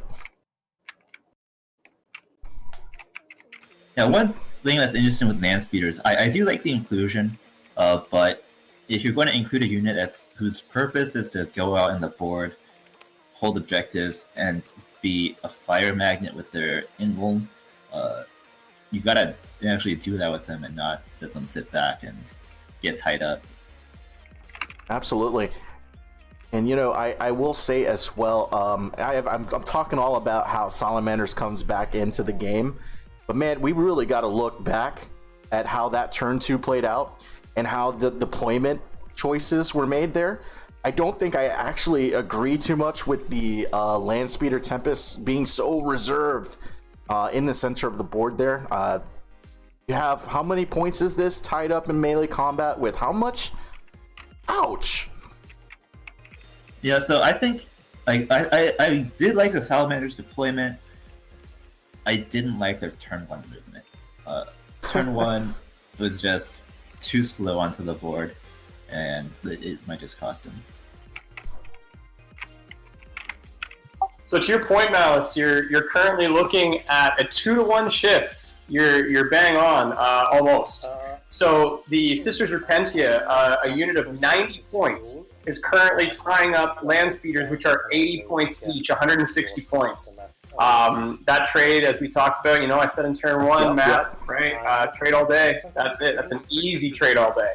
Absolutely. 90 points for 160. I'll take that anytime. You're ported. It's just not just because it could be any melee unit. Really? It could be any. It just you don't get tied up like this, in my opinion. And yeah, absolutely. What you were saying before, I totally agree with it. It was such a big deal how they were able to run up so quickly here. Battlefield Edge. Okay. Now, to this point, of course, with the new 9th edition rules, the Landspeeder Tempests here, they do have the vehicle keyword. They are going to be able to fire their weapons in melee, but only against those Repentia right in front of them, which probably could have been taken care of by any number of backfield units here. If you got a bunch of intercessors, assault intercessors, not even ones with guns, just sitting in the back screening out, that's 95 points a unit doing absolutely nothing. Not sitting on objectives, not fighting, not contesting anything. You've got another squad of tacticals, there's another 70 points screening. You got your servitor screening. There's just so much army that's not doing anything, and you have so much army that's not even on the board yet. He's got a good 600-700 points sitting in reserves. Yeah, I've not seen Eradicators. I've not seen these Inceptor configurations, and hell, I haven't even seen what kind of crazy shooting can come out of aggressors configured like this. So I gotta say, if this game is going to be turning around, we're going to be seeing something phenomenal. Yeah, so I think the aggressors are really the key unit here. I want to see him come down. I want to see him pop the 2 CP stratagem to give -1 AP on 6s on top of the tactical doctrine. I want to see the aggressors clearing out sisters. If he doesn't do that, he doesn't have much hope in winning on points anymore. Yeah, and you know, with the Eradicators, you know, I know that he might be thinking in his head that he wants to shoot at some of these exorcists. You don't get to make that decision. You need to start shooting these infantry squads off these objectives, and that in itself is devastating, because these Eradicators not Eradicators, but these exorcists actually have that scary profile, right? They are knocking things off the board, and they don't need line of sight, so it's so tricky to deal with them, even from deep strike. But here we go. We see the deep strike coming down here. Eradicators on this side of the board. This is huge. Malice, do we have an air horn sound? I'm joking, obviously, but this is huge. I'm not. And then we reset for AP1, correct? Oh, I got a sound here. We talked about the small deployment zones, guys. Of course, strategic reserves cannot come in, or tactical reserves cannot come into your opponent's deployment zones. But in the scouring, we saw the setup. It is not the entire backfield. So Apostle is capitalizing on that and has grabbed that small section for the Eradicators. Well done. Oh, here comes the aggressors. Doubling up that section. Okay. Oh my gosh. Look at this. What does this mean? Okay, no, I think this is where he needs to deploy it. Everything else is screened out.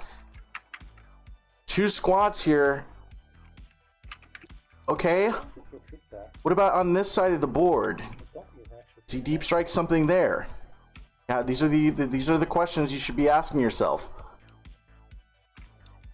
Of course, the screen is real here, and he has to be 9 inches away from any enemy unit.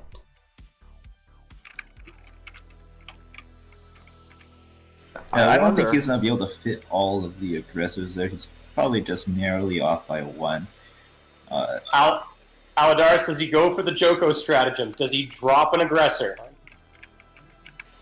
It's very weird, because the Canoness actually helps screen out the other side of the board even further. But you do have a spot behind the Incursors where you should be able to drop them. And I would check that spot instead. I think each aggressor is worth about 20 shots, so you really don't want to lose one of them. Not even one. Not even one. So, and I agree. I totally agree there with Aladaris. Every single model here counts, especially if you're going to be doing what I think he's going to do in splitting. He might just go for... Oh, God. My heart. Malice's emotion right now is, I think, mimicking everybody. This is the big tipping point of the game. You know, you think about those judicial scales, right? You think about the balance of two, buckets of water on somebody's shoulders. Like, this is right at the tipping point, because if this goes well for Apostle, this entire game is upended. You might as well flip the board, as far as I'm concerned. So this is huge. And he's moving them. Okay. He's moving them. You think he might be able to fit all of that in there? That is, I think... It's going to be a tight fit, but I think he can manage it. That's a tight fit if I ever saw one.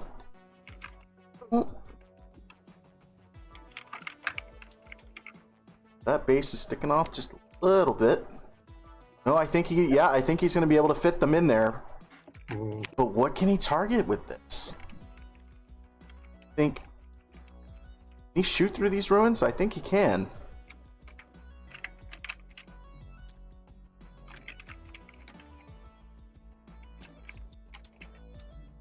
That's true. We will be seeing some of that terrain feature.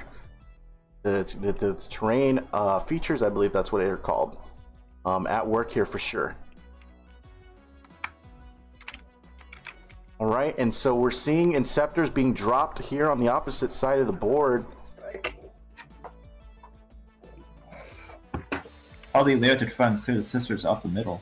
They've got a good profile, AP -3, 1 damage, strength 7, so you're still winning on 2s without overcharging. And as a Dark Angels player, guys, I am embarrassed and remiss that I called the Inceptor drop on the back left corner.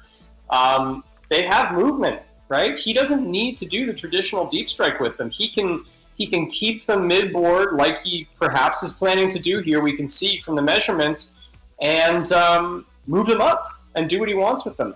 They've got the movement to do it with 10 inches, and if you want to take the -1 to hit, you can advance them up to 16. Yeah, and there's not much that he needs to actually supercharge for this game. He's never going to be targeting the Exorcists with the Inceptors, so if he needs movement, and with the way how supercharge change only kill you on natural ones, it's much less risky if you want to actually overcharge, which he doesn't need to at all. Now we're over here. I am getting a little bit excited. This game is getting my blood boiling. But you gotta consider. Do you think that Salamanders player is feeling the pressure here, Eddie? I think he's making all the right decisions this turn. It's just left to be seen. Will the rolls actually work out? He's got a bunch of wounds to chew through. Okay. Good talk. If I'm Salamanders, I sweat here because I'm sweating and I'm not even playing as Salamanders. It's just... Do you mind if I just string it back a little bit? No. We're good. Sloppy play. Okay, cool. All right. Deep strike's in. You don't have any like reactionary shoot from deep. If I deep strike, correct? I don't think so. I am going to check it, but I don't think I have. At the end of movement phase,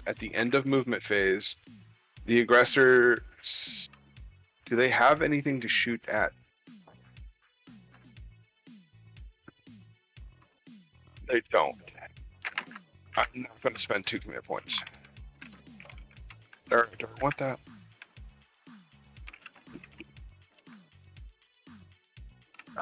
Do I want to do that?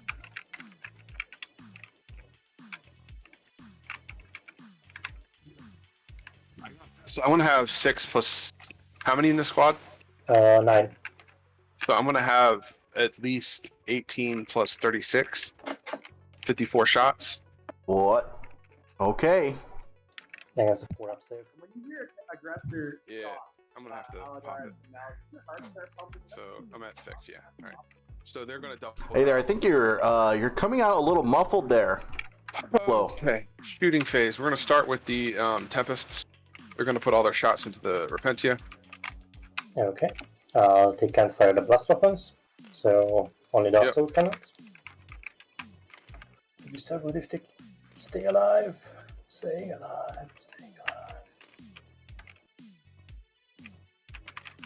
This will probably be enough to wipe out the Repentia. They are not known for being very durable. Hang on a second. Wounding on 2s. Strength 6, toughness 2. Toughness 3. Or toughness 3, so rerolling 1s because of Lieutenant. Lots of wounds here. That many at AP 1. 6 up.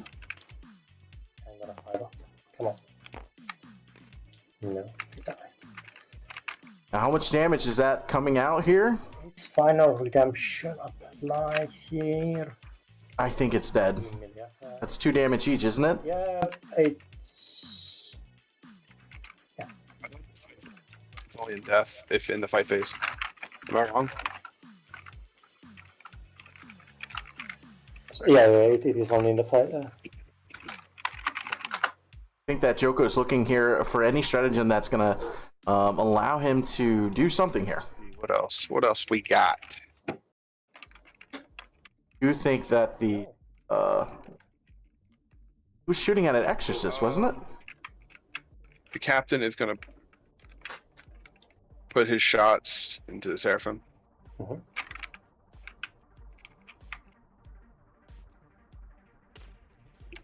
Four shots sitting on 2s, rerolling because of himself. Wounding on 3s with 1 reroll. So 4 at AP 1. 4 ups. And then 6 ups. You kill 1. Kill the superior. Okay.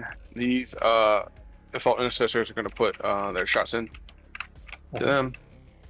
5 bolt shots, 5 pistol shots. I'll hit wounding on 3s with 1 reroll. 2 saves at AP nothing. Ooh, okay. 6 is... Oh. Okay. No, got it wrong. Yeah, Chaplain's going to shoot him. Hit 3s, reroll 1s to Lieutenant. AP? 1 naturally. 4? Makes it. Lieutenant's going to put his 2 shots in. Mm-hmm. 1 reroll because himself. Nothing. Wounding on 3s. 0 AP, 2 damage, and that's it. It's a heavy weapon? Or pistol. It's a pistol. Pistol. Oh, this could be it for the Seraphim squad. Do you have anything else that could shoot at her? Yes, aggressors. Does he use a miracle dice? Double tapping. Oh, is he gonna command reroll? It would be really annoying for you if I keep her alive. I also have the Justicar question mark. Just out. The Eradicator can shoot there. Oh, he wants to draw that. Actually, I can make 2 6s. Almost. Okay, so Seraphims are off the board now. The Eradicator, your Canoness has a 4-up, right? Yep. Of course, there's a lot more eventful shooting in this turn here that we're looking forward to. Also a 4 up invul. He does have a 4-up invulnerable? Yes. Okay. We'll put the, both Eradicator shots into the, creature. Mm-hmm. Okay. Hitting on 3s. 1 Ooh. roll. Yeah. Oh my god. Nothing. Okay, Eradicator whiffing. Good talk. Hoping to kill that preacher. I know it. You're ignoring AP1. Is this the one that has the ignore? Preacher does not ignore AP1. No, but- the sisters have ignore AP1, right? Yes, they do. Man. And they have 9 in there. Yep, and they are in light cover currently.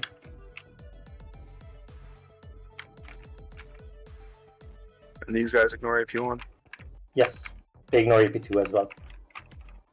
All right. So the Inceptors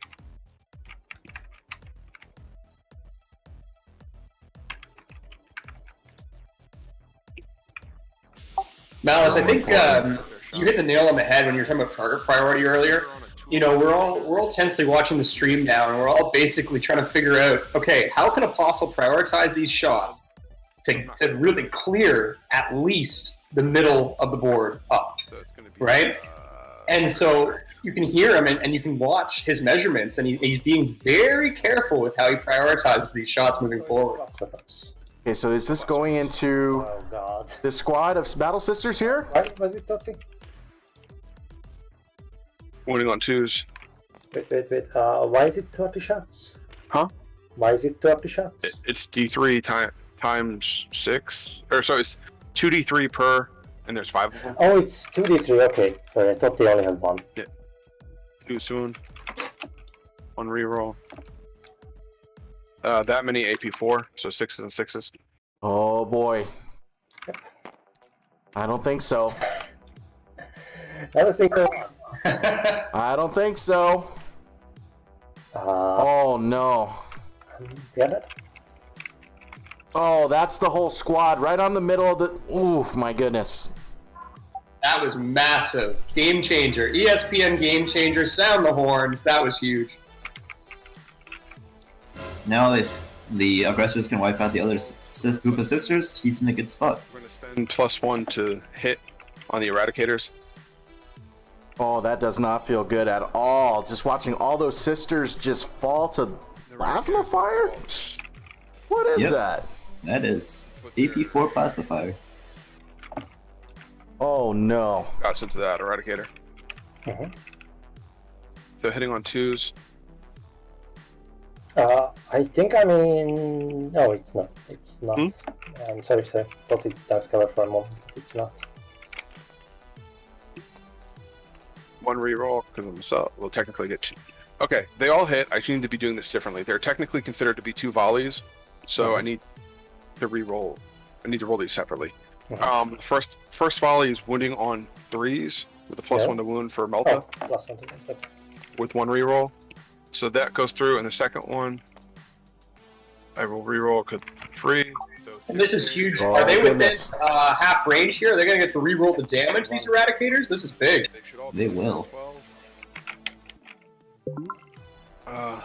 So This is why I was scared of this matchup.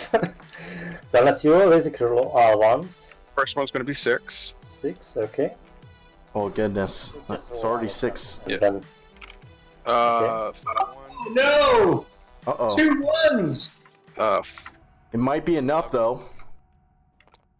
Yeah, he's had enough Oh, with these Miriam. rolls are terrible. Is he not going to be able to finish this off?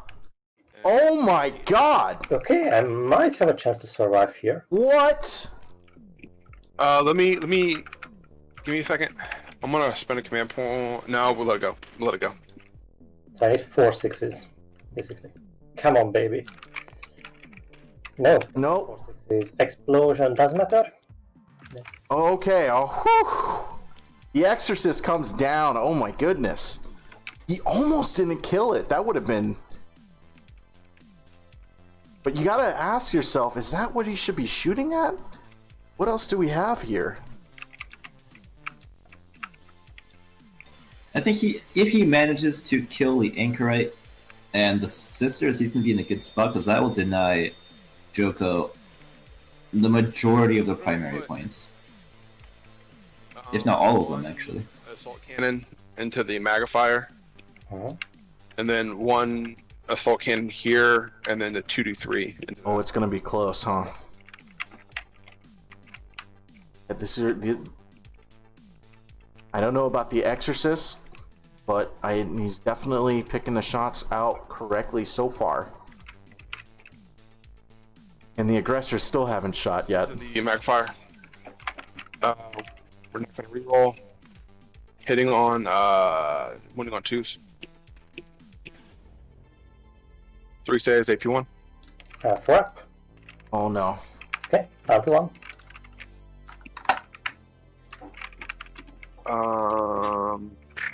And then we have 43 plus 6, the 6 shots. 6 shots into the your engine. Your toughness 5, right? 5, yeah. Winning on 3s. 3 saves, AP1. 4 ups. Okay, I'm not gonna use your red dice. It's not making me any saves. Down to 3. Okay. The 43 shots. It's gonna be Oof, okay. Some hot rolling going on right now. yeah, Oh, buddy. It's fair. hitting on 3s with 1 reroll. This is Then not wounding right. Wounding on 3s with 1 reroll.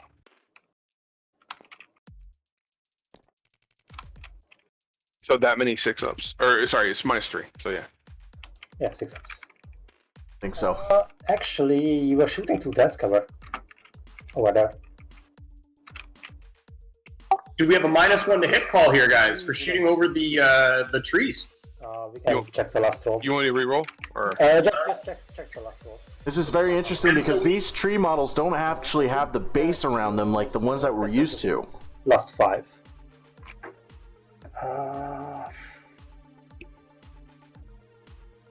Oh wait, it does.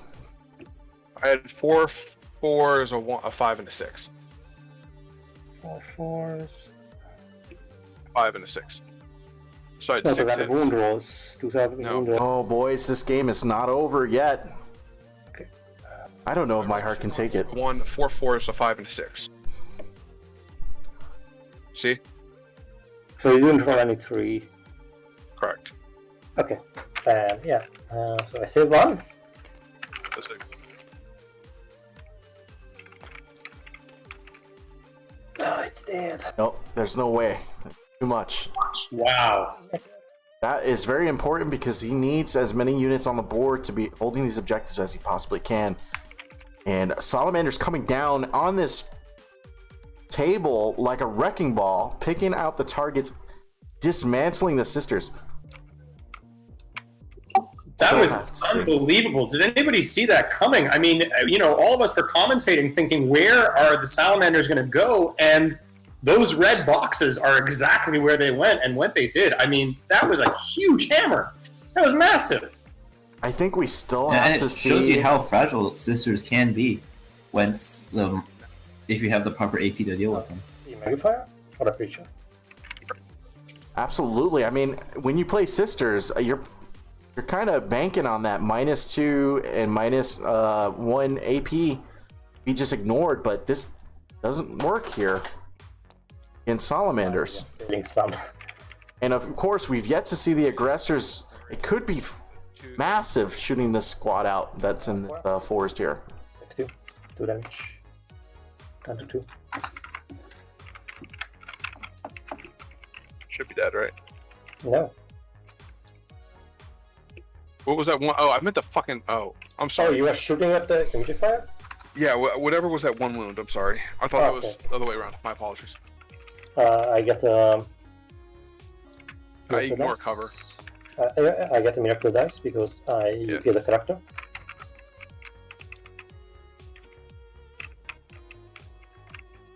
There goes the image fire, so that objective is completely cracked open. There's that.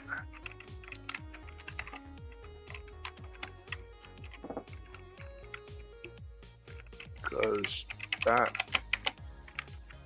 What I need to see.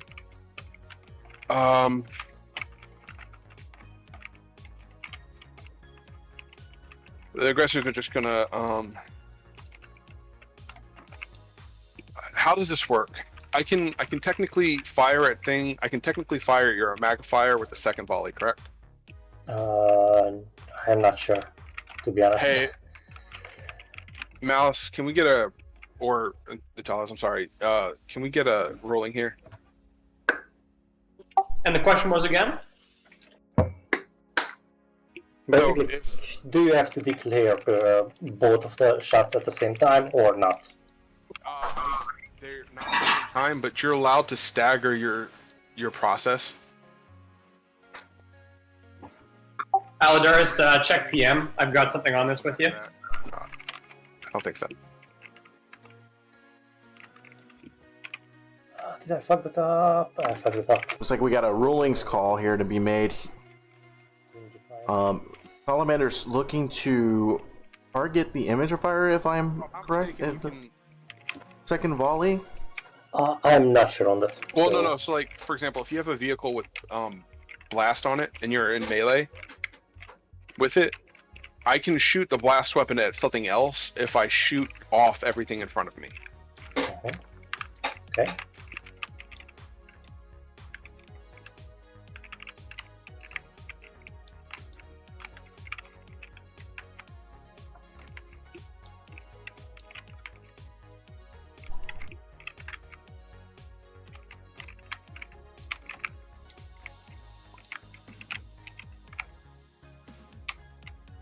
Wrong. I've been known to be wrong. Yeah, so we got the ruling, you must declare all the shots. Right, but you're allowed to stagger. Hmm. If I'm not mistaken. I again could be wrong, but I believe. That is the ruling. Okay.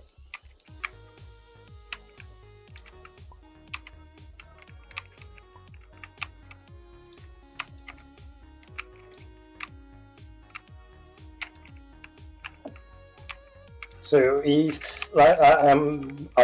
so do you still spend the 2 CP then to keep them as they are not moved?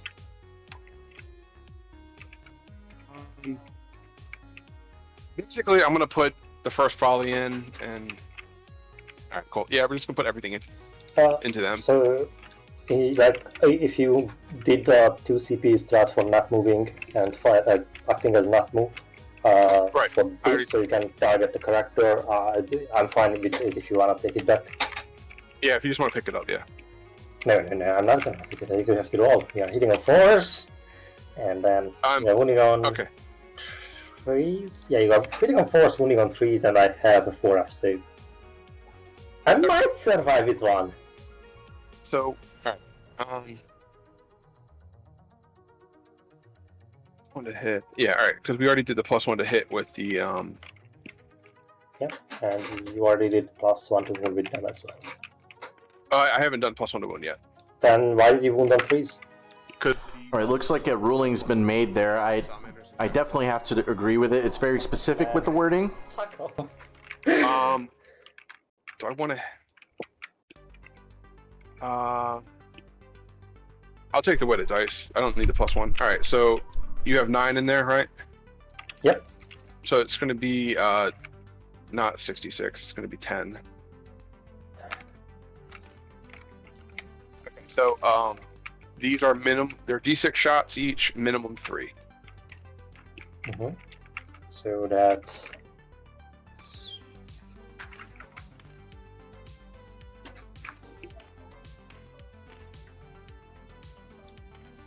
So 43 there. Plus, All right. 60, right? I have no idea.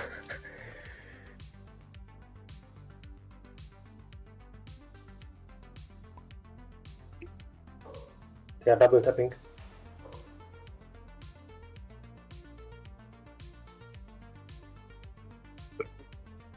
Should be 103. Cool. Either hitting on 4s with 2 rerolls. Jesus fucking Christ. Oh my goodness. 2 rerolls. Okay. 55. That is 55. On 3s. That is There you go. still 33. Hey, 4-ups, come on, babies. I don't think so. That's it. Okay. 19 through. I need to make a lot of 6s. Not enough 6s, bud. That is 1 squad down off the objective. Yikes. There goes the aggressors. Wow, and TTS showing its use there because I don't know anybody in real life who wants to roll 104 dice properly. So we love the dice rolling tools. Absolutely. That. Goodness, I couldn't even imagine having to resolve that many dice. IRL. Basically rolling with buckets. Or cups at the very minimum.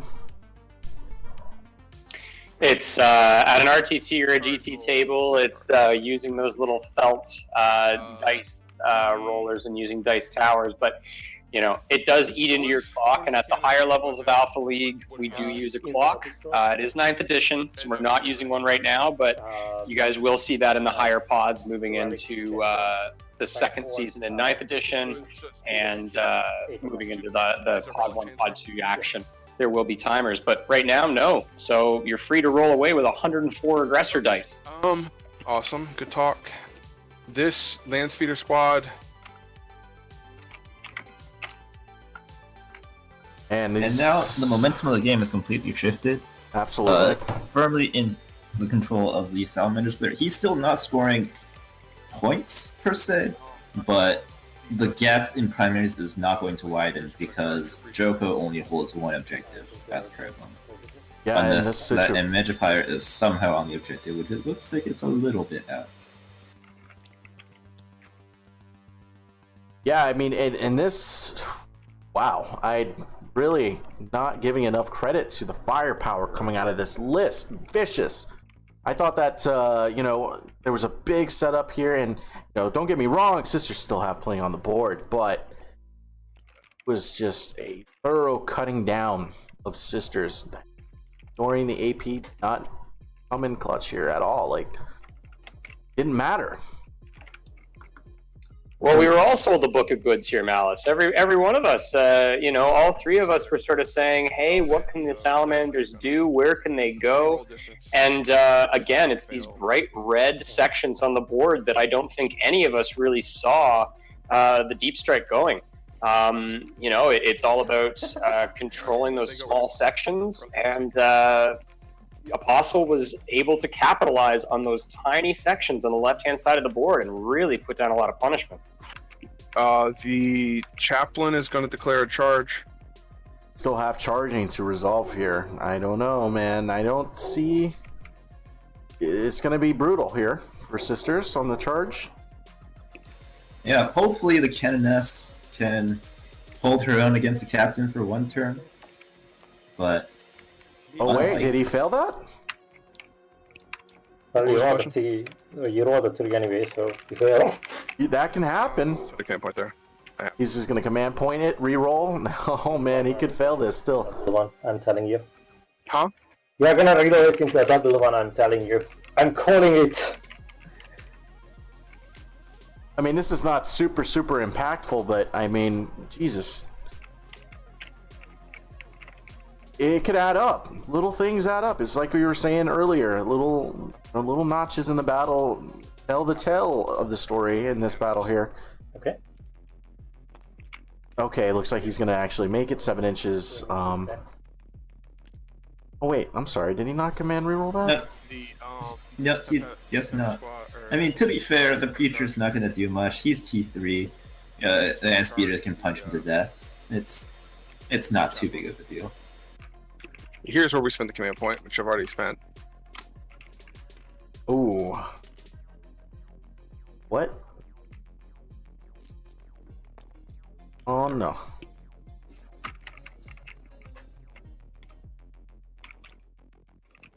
Charging the land speeders right onto the Preacher. Okay. And Malice pointing out earlier, guys, about competitive players always trying to use as much movement as they can. Some people might look at the land speeders and think, well, they don't have any business being in combat at all. Well, he's using that combat to get up the board. He's using that as an ability to affect movement, not in the movement phase. It's very, very, very key. Does she just have a chainsword? Basically. They're going to charge the Canoness there. It's not going. Sorry. And then the aggressors are going to charge the Canoness. That's going to be a 10-inch charge there, I think. Your captain. Huh? You might need a 10 because you have to go a bit around your captain. That's not going to be an easy charge. Clear shot right here. Okay. roll it and then we can measure it. Yeah, I still need a 9. I mean, nope. Yeah. Oh, he really wants it to get on that objective, really. Start with the captain. Okay. So it should have 5 attacks, right? Yeah. Yeah, 5 attacks.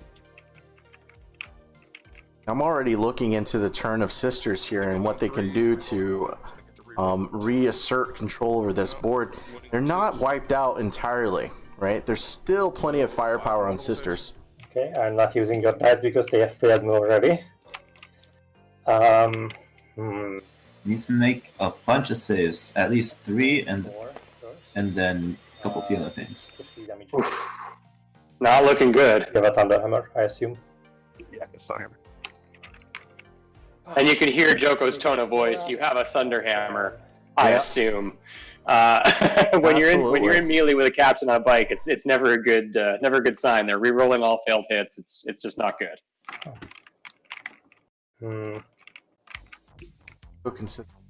In fact, re-rolling all hits, I believe. So the -1 with the Thunderhammer is irrelevant if you can hit a good reroll. Yeah, but I think he actually, very interesting, did not give his Captain Chapter Master. Really banking on the Salamander rerolls and smaller units to pull him through. You're correct. He didn't. Wow. Okay. Back up at the end of turn. Yes. Unbelievable. What? With 1 wound. Okay. Is it full wounds or 1 or? One. Depends on the miracle die number. Oh my gosh, guys! This Canoness standing up to a captain on a bike. 2. You guys can't see my face right now, but what? So end of the phase. And with some good rolls, you never know. She might be able to make it through that 3-up invuln and kill the captain. There's always hope. And if he does, that'll be huge because that's one objective secured. He'd hold 2, and that's 15 points. That'd be the game. Oh man. It's really. Yeah, okay, so we have 6 attacks.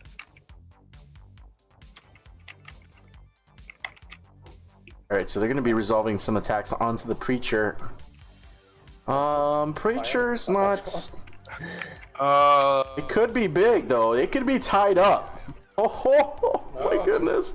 I'll reroll the 1s and I'll reroll the 2. Why are you doing this to me? Winning the 3s. Joko is on the edge of his seat here. You can hear him. Not just hit me, too. 4 ups. I say 1. Down to 3. Oh. And then I have 1 more attack. And then I have 1 more attack. The worst thing you want to hear when No, you somebody's don't. doing this. Oh, no. 1 reroll. Okay. Winning on 3s. Get in there. 1 reroll. Single wound. So 2. Salamanders, look at that. 4 ups. Oh, my goodness. It's vibes. Okay. Oh. Wow. That Preacher and the Canoness. God. No. This is insane. Oh, my goodness. I thought you already took.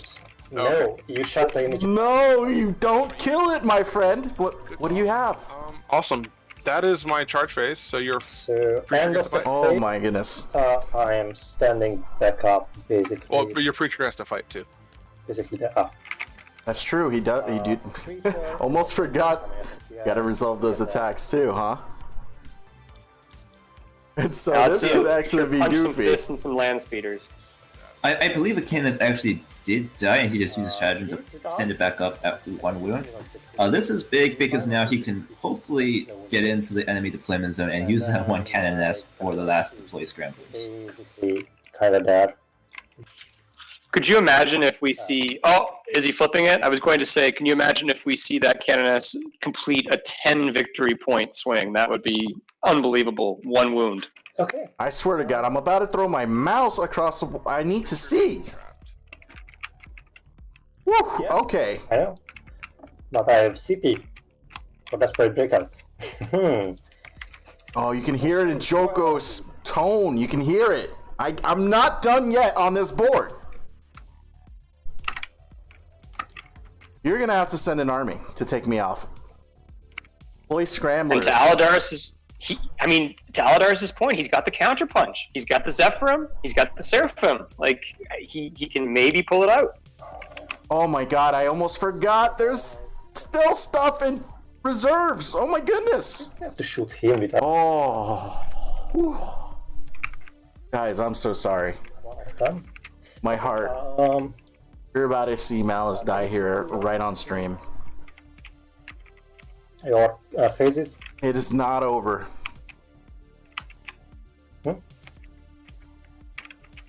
Oh, and can you switch state on this? Because I'm not sure if I'm in or not. I don't think so either, because I fucked up. That's gonna cost me the game.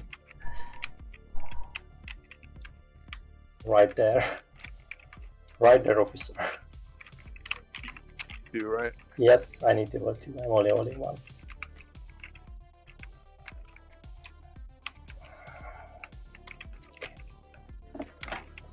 I need a moment to think. Okay, so where is your deployment zone?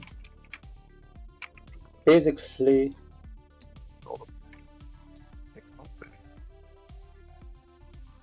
if I advance with my colonels over here, I should be in your deployment zone, right? Deployment zone was like here or something. So if I move like here, is that in? Yeah, that should be in. And that's all. I'm afraid to hit that button. Which one? This one? It does not Show work. The show deployment zone. It does not work. For some reason, the I can deployment basically. going not. And I have to do CP. But if you advance, you can't do actions. I can't? No. Huh. Or else I would have had raised the banner over here. Oh, okay. I'm pretty sure it's in, because I remember deploying my Battle Sisters at the edge of the crater, and it should be mirrored. Yeah. So basically, she's gonna do the action for what it's called, Depot Scrambles.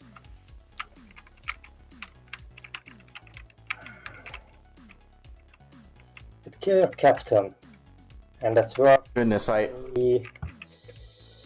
5 points change.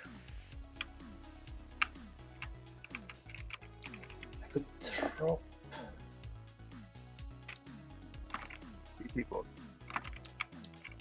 Auspex scan is 12 inches, right? The shoot, I arranged to be back. Uh-huh.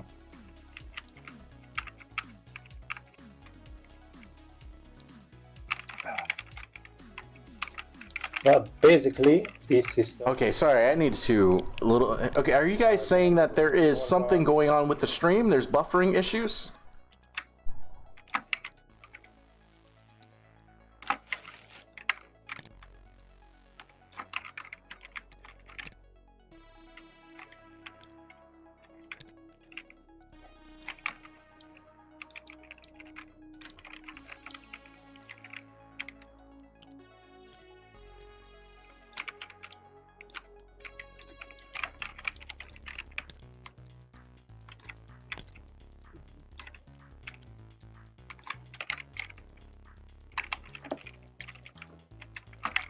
Move a bit more easily over here. Yeah, I can move to the other side of the thingy.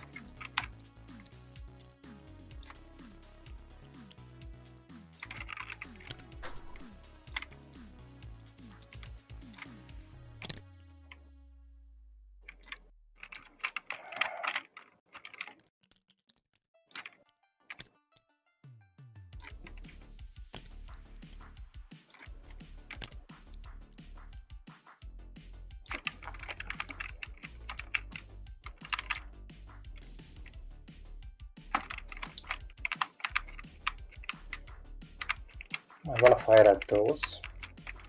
Kinda. Could I get line of sight in indicators? Not really.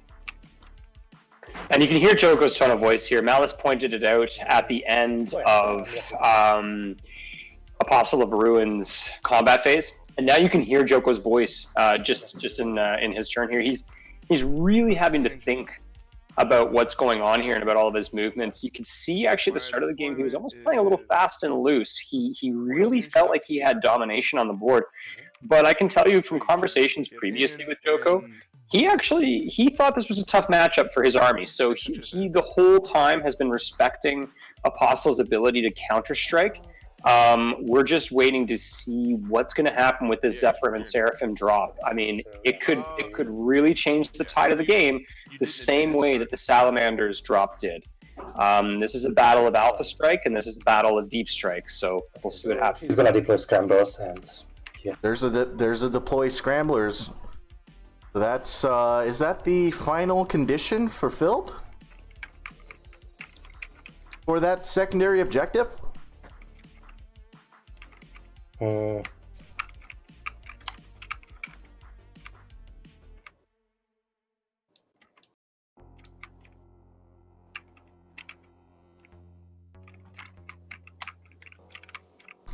Absolutely, yeah, I totally agree with what you're saying there, Flo. And you know, when I was looking at it, it almost felt like there was complete comfort. I mean, it was very loose, it was very in your face, you know, not really the type of movement that I would expect from someone that is feeling intimidation by a list. So points to Joko for that. Advancing car. So that's being able to play the game to his objectives in the face of a list that he respects there. because the -2. Absolutely. This deep strike is going to be huge. It's going to really affect things. We need to see how he's going to be moving his other units that are still available. Okay, I could shoot your Inceptors. You can hear him thinking out loud. I mean, Joko is definitely, I talked about when I was introducing the players on the stream, Joko's a Hungarian player who has been playing on TTS very, very regularly. He's a confident player, but I will be honest, his normal faction is Eldari. So he's come out with Sisters because he liked some of the different gimmicks that he had. He liked some of the different list construction options available to him, but again, his normal list and his normal faction is not Sisters. So he almost has, Malice was talking about he was still coming up the board that fast and loose motion. He's got a bit of reckless abandon with this faction compared to Eldar. When he plays his Eldar, he's, I think, a little more reserved. But against Apostle Salamanders, he almost had to come out with that amount of aggression. Aladaris, Malice, and I did not predict it, but after that counterpunch, we now understand why Joko went so hard in the paint out of the get-go, because look at the counterpunch. Oh yeah, that counterpunch was quite huge, but remember, we still have these units here in reserve that can really impact what's going to come out here. The movement, he still has a counterpunch of his own in store there, and I think he was actually banking on it. And so, when I see this aggressive play coming out of the first turns there, yeah, it was, I think he was banking on it. It looks like he was banking on something like this, and it might actually pay out